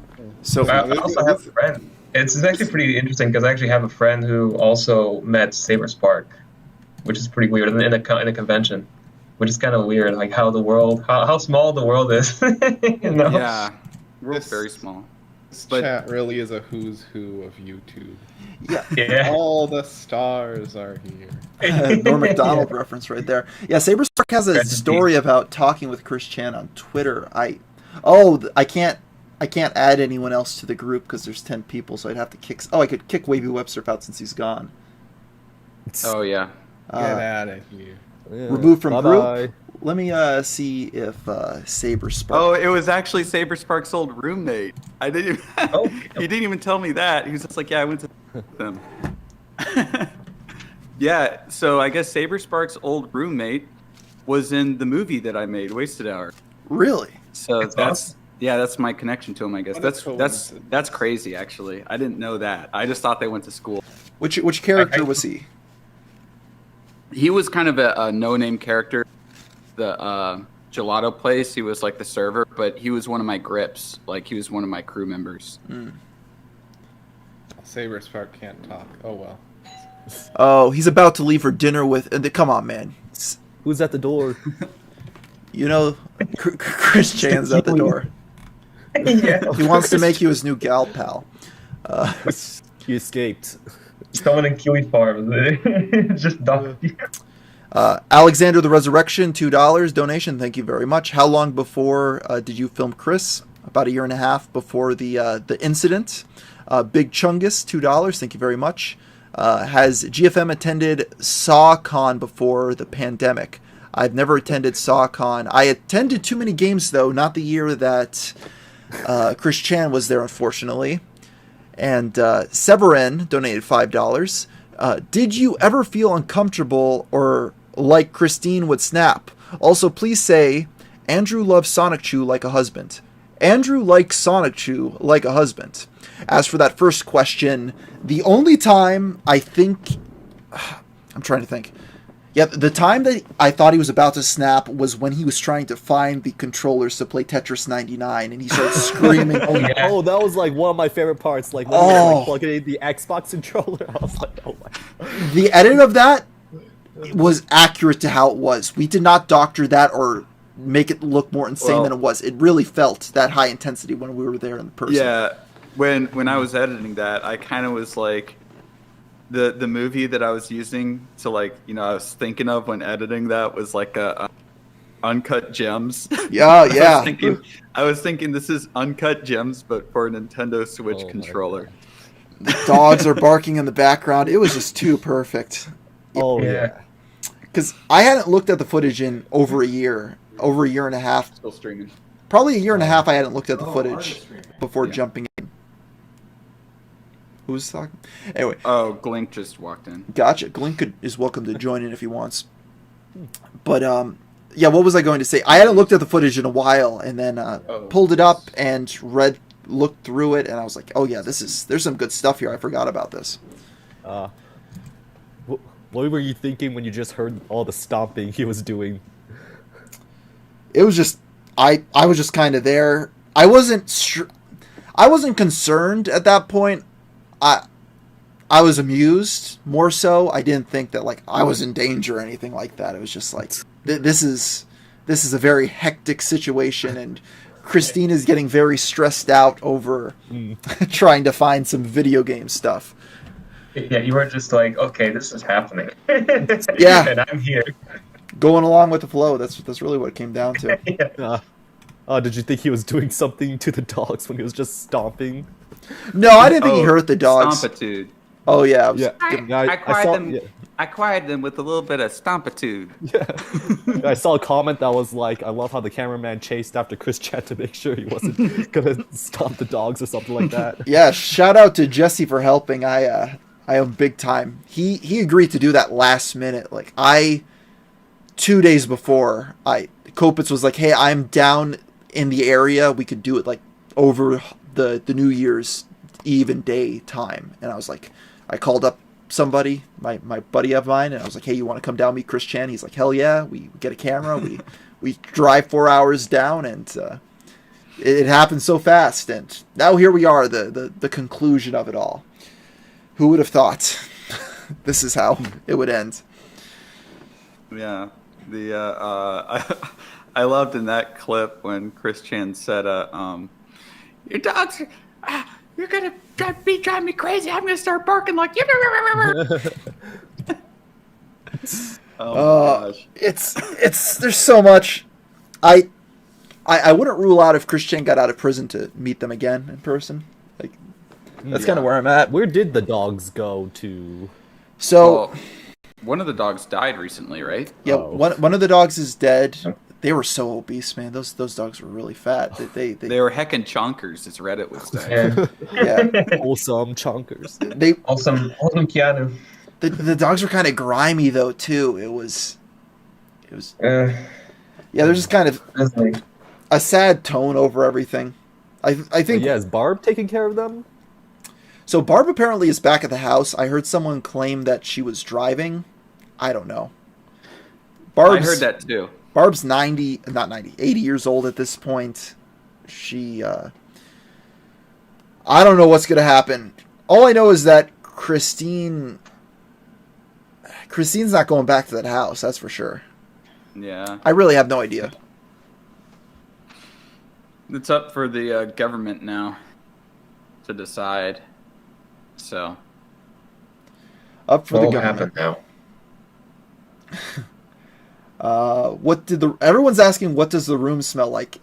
I keep on saying it smelled slightly like urine. Although I will mention this, Christine's bedroom was very clean and tidy and not dirty at all. Like that seemed to be Christine's space that she took care of more so, and then the rest of the house was a hoarding mess. But yeah, especially the room, and I think that's something interesting about these stocks. That Jesse walks through the house so we can get a better sense of the space. And it's the room next to Chris Chan's bedroom where it's like all that stuff is hoarded and there is so much in there. And Jesse got a lot of footage of it, of just like the little knickknacks and collectibles and video games and things like that couldn't obviously make it into the final cut. But that was just filled to the brim with just stuff, which is why it was hard for Christian to find the Nintendo Switch controller. yeah, a lot of people on Kiwi Farms, they were pointing out that they were very happy with the footage for something I didn't realize, which was I gave a kind of a 360 view of what Christine and the playroom look like in modern day, because that hadn't been seen in a long time. Most shots of it were just of Christine put the camera on a tripod and shot in a very specific way. And I don't think anyone ever saw that sign on the wall that said the interdimensional merge is coming 20 times. Yeah, that was sickening. Stanley Kubrick vibes right there. Yeah. Going to Zilker with Ice to interview. Okay. But yeah, so who voiced Megan? I forget. You'd have to go into the description to see who. Was that That was Cecil? Cecil McFly. It was Cecil McFly. Yeah. It was either Cecil or Atrocity Guide. They did. Atrocity Guide was Mrs. Sanders and Vivian G. Okay. And then Cecil was Megan and Doopy Doo Over. And the Wallflower was played by Bob Dunga. Bob Dunga, yeah. Raven, as she goes by. So she did an interesting documentary on the Mean Girls missing video game, where I think she actually found it. Yeah, go check out that. Yeah, I haven't talked to her in a while, but yeah, everyone did really good jobs with their voiceover parts. Boogie, Thank you. Yeah, yours was great. It was almost like a comedic element to how you did it, like just how you're presenting voices. It just worked really well as like I'm a guy pretending to work at Nintendo trying to trick Chris Chan. Yeah, it just that sounded so ridiculous. Yeah, that's what you need. It kind of sounded like a presenter in a Nintendo Direct. That's the vibe I got. Oh my god. Oh, goodness gracious.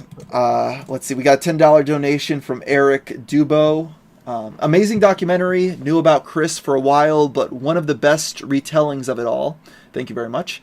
How does it feel to one of the final major Chris-related events until she gets out?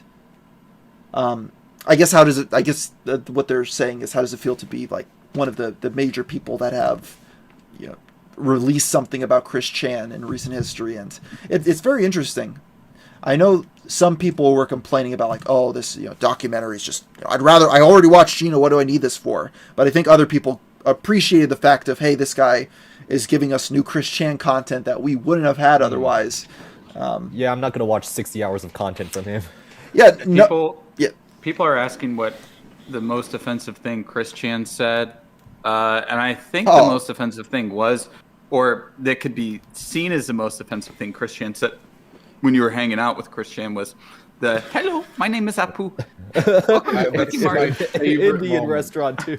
In the Indian restaurant. My favorite thing is he goes, "I'm sorry, I have to do this." And then we told him to stop, and then he needed to do it one last time. Get it in there. It was, dude. I don't know how many times I watch, and then I just watch it and just laugh. And I think when we were going through the footage initially, when you were showing me the footage to try to bring me on to edit it, I remember seeing that and I was like, that has to go in the final cut. Like, it doesn't matter, everything else can be cut out, but we need to show people this particular shot. I agree. It worked because that's the only one people are talking about, really. that's a classic Chris Chan moment now. I think that'll go down in the history books of things that Chris Chan has done. I just remember when that happened was, I was like, did Christine just say that on camera? Your faces were shocked. You're just like, oh, what? You just went into just like putting out fires mode to panic mode. Yeah, when we have to control the situation now. So I'll say this: when we went into Charlottesville that day with Christine, it was quiet, not that many people there. It was all good. We went to the Indian restaurant. Nobody workers were around. No one overheard Christine say that besides us. So. So I'll just point that out. So I wasn't too on edge about it, but then we sat down and then other people started coming into the restaurant. Everyone was staring at us. Then I'm like, oh shoot, and then we went outside and then the place was very busy at that point because it was a really nice early December day. No, it was a late December, early January day. I forget which day we went. But there was a lot of people out because it was 50-some degrees outside. And Christine's just super loud, pretty big, pretty tall, making a lot of noise. I have a cameraman with me, and I just wanted to self-implode. It was the most awkward thing I've ever done in my life. One of them. What didn't make it into the video, too, was Chris Chan talking about the Charlotte riots in really weird and vague terms, saying that's where the car accident happened. Yeah, we were walking down the exact same street that the Unite the Right rally happened a year prior. So that was another interesting tidbit, but again, not really much relevance to the documentary. It was interesting to watch. But it was so perfect how Chris Chan went to the love thing when they're like doodle. That's all, folks. And I'm like, oh, that's such a perfect ending for one of the. Yeah, I think that's the ending for part 3. Yeah, we readjusted it because that wasn't at first that because the thing is when we were editing it, we adjusted it where it wasn't always chronological, the order. We just kind of picked what worked best in what order. Yeah, and that was one of them where that wasn't the last thing we did that day with Christine, but it just worked well. It just worked. Waved off. It just worked too well. I mean, but a lot of documentaries aren't edited in order. You're telling a story, so if something happened 30 minutes after this, but to tell the story, it's better to reverse the order than you do it. Yeah. Camp Kill Commentary wants to know anything remotely odd or supernatural to report. I felt the same after I was healed by Christine. I can say this though about you, Art, is that you've lost all this weight in the time between Chris Chan touching you with the healing powers and now. So I think that speaks for itself. Yeah, just pause at touching you. Definitely. There's a correlation there. We'll just have to wait and see. I didn't get the full Chris Chan treatment though, so maybe I would have felt something. Maybe otherwise. next time. Yeah. So I want to introduce Solid JJ, who's entered the call. Did Solid JJ come back? Yeah, he's in the call. Hey, how you doing? Back from work? In work. I just thought I would drop by. Okay, awesome. Yeah, so you're live. Oh, Say something to the people. Don't believe the media; they lie. CNN, I'll find out. Don't believe the them. Media says the media says that Boogie2988 voiced Chris. Actually, I thought that at first. It kind of sounded like his Francis voice. Everyone thought that. Everyone thinks. My favorite comment was that it sounded like the Joker. So just to explain to the chat, or just to explain to everyone watching on the stream, this is internet. I was about to say Internet of J. This is Solid JJ. He did the voice of Chris Chan in the documentary. It was not Liquid Chris. It was not Boogie2988. It was not anyone else. He did it, and I advise everyone to go check out his Twitter account. He does some funny Three Stooges skits. Let's get a little sample of the voice live right now. Yeah, do a sample of it. Do a reading. Say Peppermint Patty type gal pal. Listen, people tell me my Apu impression is pretty spot on. Yeah. Nice. Hello, I'm Apu. I'm My Indian. name is Apu. Fun fact: you were talking about the supernatural stuff. To get the voice just right, I actually met with Chris, and he put his hand on my head, and he gave me the energy, like he gave you in the documentary. He healed me, and for like a month straight, I couldn't talk in any other voice. That's how it happens. So people are bringing up Chinese.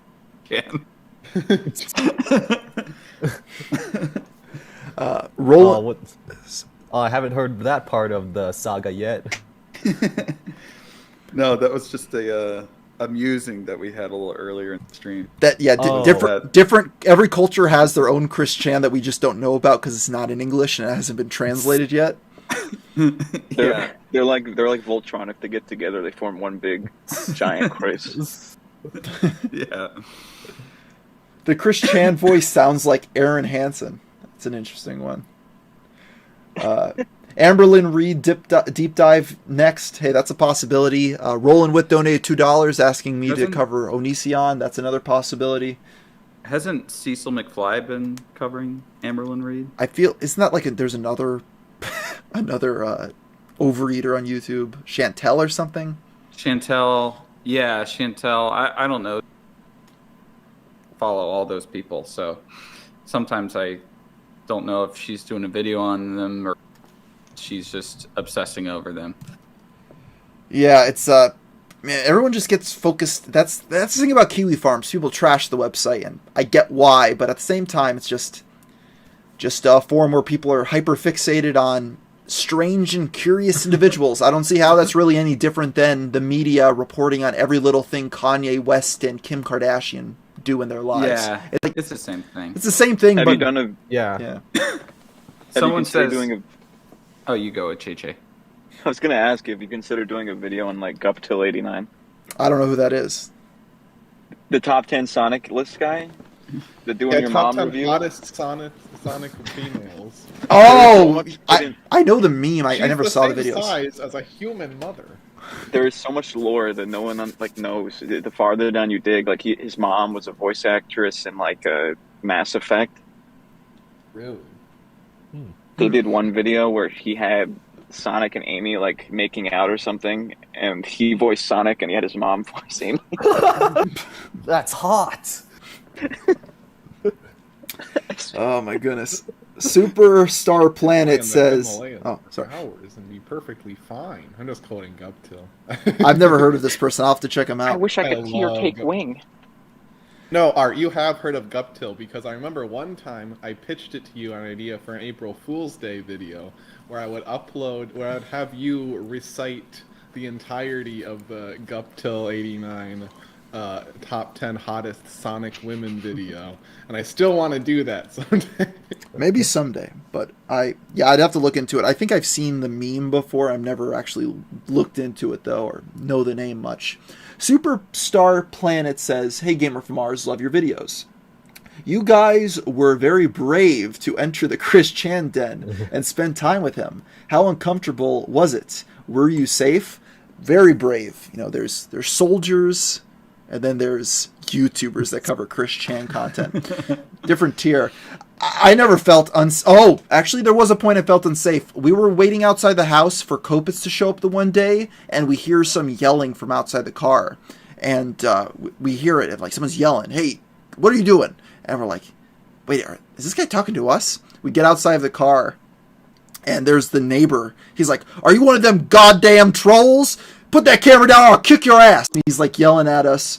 And we're like, no, we're allowed to be here. We've been invited. Like, we're allowed. And he's like, put the camera down. So we don't have good footage of it because my cameraman got scared and put the camera down. So it's just kind of like mumblings in the background. So we didn't include it in the documentary. But yeah, he was screaming at us. And I wasn't afraid of him like punching us or anything. But I was kind of concerned that the police would be called and that would be like a huge headache that I didn't want to deal with. So we tried to de-escalate the situation, and Christine came out and said, "Oh yeah, they're allowed to be here." And he was like, "Oh, sorry, sir. I mean, ma'am. Yeah, okay, I'll let you get back to your day." And then he went back inside. And Christine, like, yeah.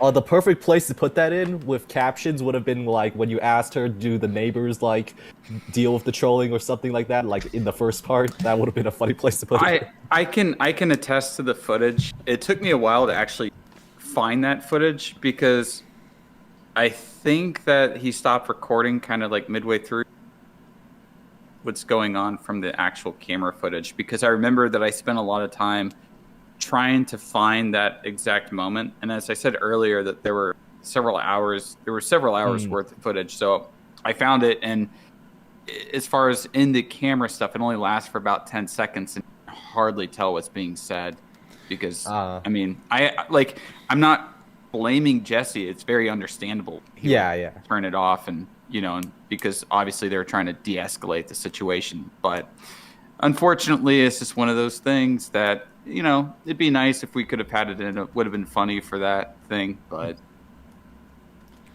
yeah, it is what it is. I'm not going to lose sleep over the fact that we didn't get it on camera. And also, if we held that camera up to his face, he might have come at us and like tried to attack me, which you could argue would be good footage too, but I didn't need more footage. Like, I didn't need that for the documentary. So if him attacking me screwed up the rest of the weekend so I couldn't get more footage with Chris Chan because I was dealing with that and I had to go down to the police station or something, it just we made the right call by not antagonizing him and keeping the camera. Oh yeah, just like from experience, if you want to secretly record, you can just keep on recording, just pretend to like have the camera off and just hold it like sideways so it's just still recording.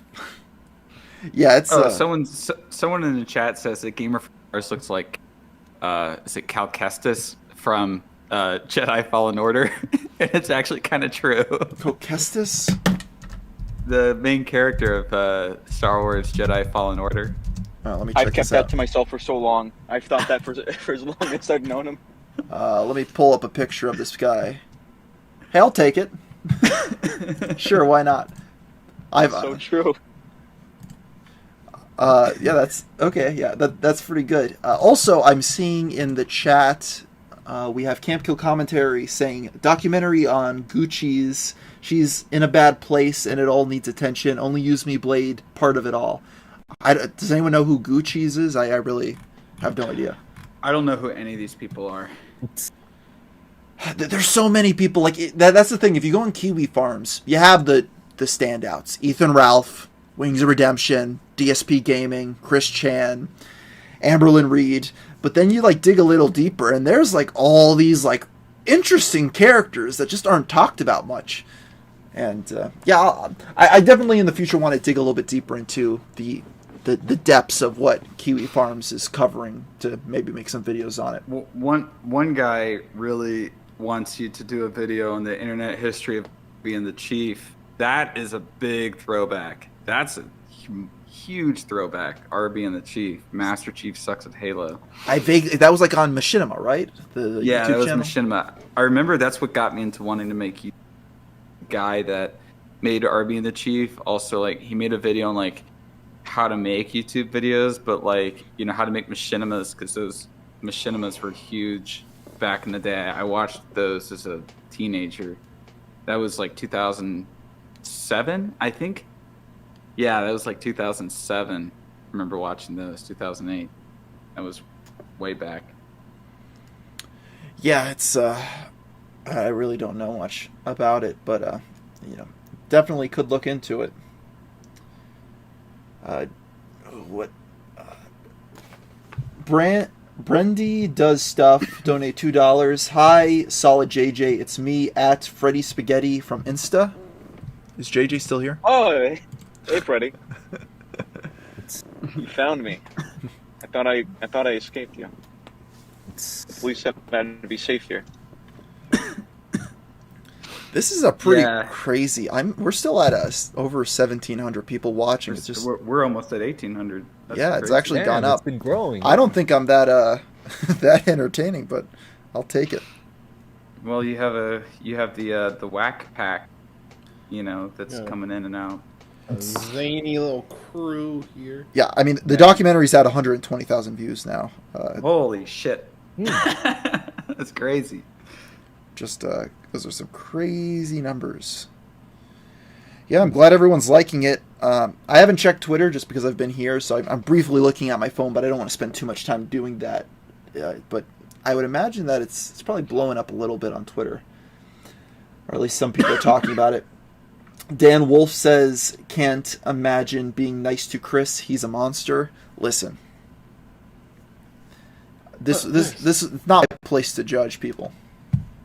I'm just making videos. I think that if you making a video on a person is similar to being a writer, Well, I mean, it is essentially you are being a writer, but if you want to make a good video on someone, if you want to write a story about somebody, you can't hate them. You have to try to understand their humanity. It has to come from a place of understanding and not hate. And when you do come from a place of hate, it really shows in the final product, and it then kind of makes the final product more about your feelings than it does about the person.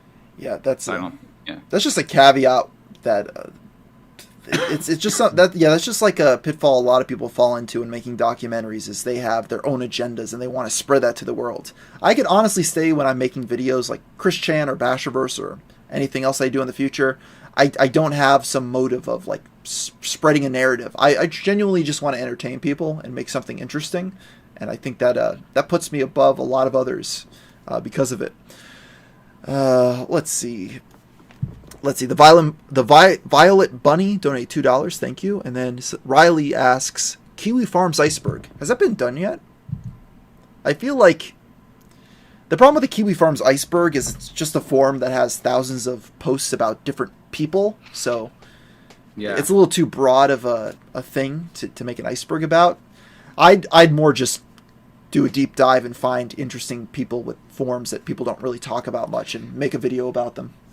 I think that's more interesting too, because if you're going to do an iceberg stuff, and I know that iceberg stuff is nice listening to, but you can only really go surface level with everything when, especially with the people who Kiwi Farms talks about, there's a lot of stuff, a lot of interesting stories in there.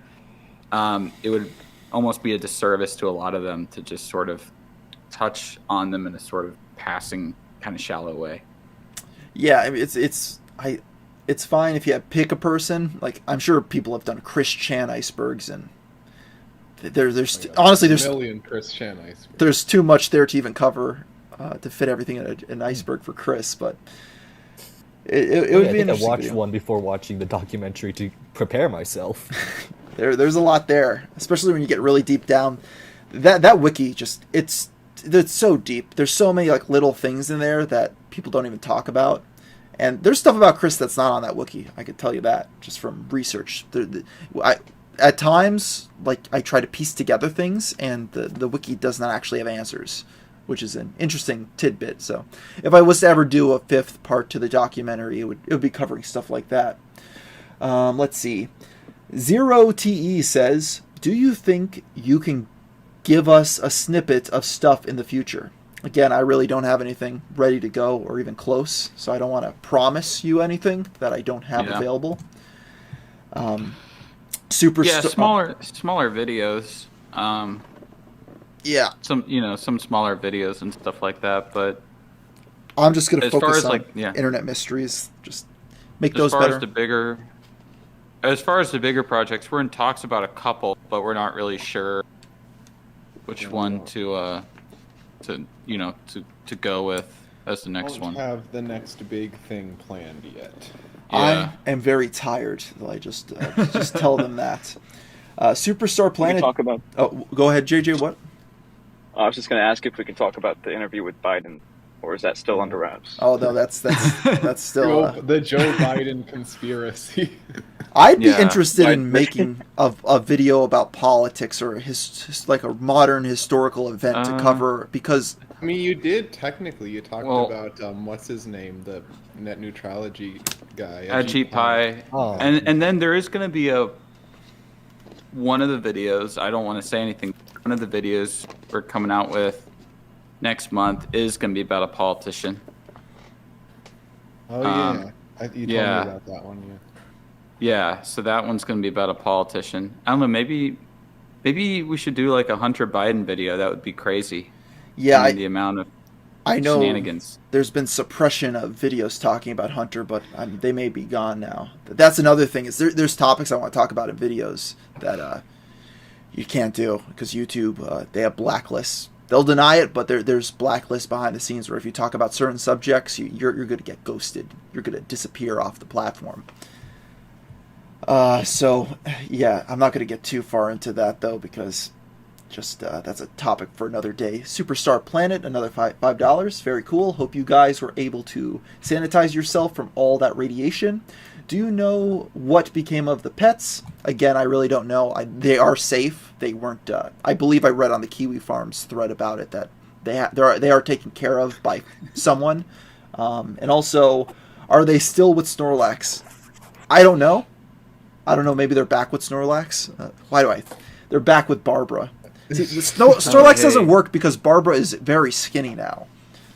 Jack. Yeah. Matt is in the chat. Good old Matt. Good old Matt. All the stars are here. I love good old Matt. Dan Wolf asks, "Are you going to do an Ethan Ralph doc?" I wouldn't cross it off as not being a possibility, but we'll just have to wait and see. He's an interesting character with a long history on the internet. I'll be covering him at some point because I'll be talking about something that he was involved in just because he's been around. Another super chat that you missed, Connor McGinnis. He asks, what do you guys think was the point of no return with Chris? Sorry. What happened? What do you think was the point of no return with Chris? Oh, I didn't. That's a good Winning question. the Sonic Prize. Everyone says that as like a good meme. Everyone says this is the point of no return, and then he does something else that now this is the point of no return. It's kind of his life is salvageable on different levels at different points. So before the most recent saga with his mother that put him in jail, he was able to salvage his life in a way. His life wasn't going to be normal, but it would have given him a livelihood for himself and the ability to travel to events and have a future, even if it's a very dysfunctional future and bizarre. But then he just kind of threw it out the window with the most recent events. So that's kind of... Yeah, I don't really have a set point in the story where this was the point where he couldn't be redeemed. It's just been a sad it's more like downward trajectory. It's just a continual downward spiral, and I think with each new troll, each new thing, it just affected Chris's mental state in a way that everything left Chris in a worse state than before. It wasn't like there was one thing that just... I mean, I guess you could say the one thing that really ruined Chris's life was his relationship with Barb. But it wasn't like there was a point of no return before that. I don't know. It just was a continual downward slope. Downward spiral. Too bad Emp's not here. Yeah, downward spiral. Sean Rundegren says, excellent documentary. Do you think the Chris Chan saga is finally over, or will it keep going forever? it'll keep going until Chris is no longer with us. I'll say that. Lifting Accident says, there were no sponsor ads in the Chris Chan videos. Was it too toxic of a subject for sponsors? It just popped in. Sorry if you already answered. There should be ads running. I think they just meant like a sponsor read. Like a sponsored message. Oh yeah, I intentionally didn't put any sponsored messages in those just because I put so much work into them. It's kind of I didn't have to, so I didn't. I felt that I'd rather put the sponsored messages on my shorter internet mysteries, and that would pay for me to create something like the Chris Chan Conspiracy, which I gotta say it's been doing pretty well. I haven't lost money on it, even. I guess it depends on how much you value my time at an hour, but it's gone pretty well. I can't complain. So I didn't need the sponsors. I didn't want them. But if I wanted to, I could have put sponsored messages in them. I was actually thinking about, I have a contact at Adam and Eve and getting an Adam and Eve sponsorship in these, but I couldn't do That'd it. Be funny. Nah, I couldn't do it. It was well. Yeah, that would be hilarious. On camera. Hard Wanker says, was there any interviews with the neighbors and GameStop employees, or would that be unnecessary for the documentary? Again, it's just how far am I willing to go into making this? I could have kept on adding things of doing this interview and doing this visual and tweaking the story this way, getting this tidbit, uncovering something. I had to draw the line somewhere, and it was, I have footage hanging out with Chris for a weekend. I'm going to tell a straightforward story of Chris's life over the course of 5 hours, and that's what I came down to. So there's room to interview those people. I might do it in the future, but for the time being, I had to cut it off. Sex333 says, would you consider doing a Tekashi 6ix9ine documentary? That's definitely another possibility. I feel he's a little too mainstream for my channel right now, but it's possible. People have been also suggesting Linkara. I am Linkara, the Lightbringer. I want to talk about Linkara. Oh yes, I love Linkara. He's my favorite. I love it too. Gauging Goomba is another one that I have a personal fascination for that guy. Oh, yeah. He has. Lifting Accidents asks, would you do a Nick Fuentes video? Started as a YouTuber, ended up being banned from every institution in America and subpoenaed before Congress. Art, so would you want to do a video on Nick Fuentes, or would it be more about cat boys in general? And yeah, I haven't touched the Nick Fuentes stuff. It's just, I don't think that's something to touch right now, if I'm going to be honest. I don't know where Nick Fuentes is at now. I know he's been banned off. Isn't he like on a no-fly list or something? Maybe, but maybe there's well, yeah, I can't talk about it. Okay. But I'll tell you later. Okay. Interesting. Yeah, we're still at we've been steady at over 1,700 viewers. This has been really impressive. I thank you everyone for watching this. Really appreciate it. I think I'm getting ready to wrap up now. Go get some sleep. I'm gonna go see Sonic 2 tonight. I just bought my ticket a minute ago. That's tempting. Oh yeah, I saw it. It was like pretty good. Was it better than the first one? Oh really? Oh, way better than the first one. That's good to hear. Wait, speaking of the movies, sorry, just before I forget. So Monkey, Eggy, and I and Glink went to see Morbius at the Alamo Draft House in South Lamar, and Monkey got recognized by the staff there. Monkey did what? Damn. Yeah, Monkey got recognized, dude. Hey, Some guy cool. came up to us and was like, "Are you Monkey Jones?" Are you guys going to see Joker? Yeah, no, we're seeing Morbius. And Monkey was just like, "Man, I wish he caught me a better movie." Like, Tipster's in the chat. Hello, Tipster. It's me, the Lightbringer. One question I have that's kind of related. I don't know if it's in the fourth part. What did Chris Chan think of the first Sonic movie? That's a good question. You could search it. Kopitz. I think Kopitz answered that earlier. Oh in the chat. yeah, Kopitz did mention it. Yeah. I think he said that's like it was. I think it's he didn't really enjoy it but he accepted because of the blue, because of the blue arms. By the way, guys, if my audio sounds a little bit worse, it's because I'm driving right now to my home, so that's why it sounds a little crusty. Sorry about that. It's all good. Yeah. Yeah. So there you go. It's maybe they'll have a movie night in the mental institution for Chris to. Maybe they'll show Morbius and Sonic. Hashtag Morbius sweep. That would be interesting. I think Morbius is going to beat Sonic 2 this weekend. I think it's going to hold strong at number 1. We could only hope. Shut up. I hope to God he does it. Alrighty then. I think I'm going to end the stream here. Thank you everyone for watching. If you haven't already, check out the final part of the Chris Chan Conspiracy Part 4, and if you liked it, please share it with your friends. I would like it to get a lot of views because I put a lot of work into it. And I'll end it there. So have a good night, everyone. Night. Night. Have a good one.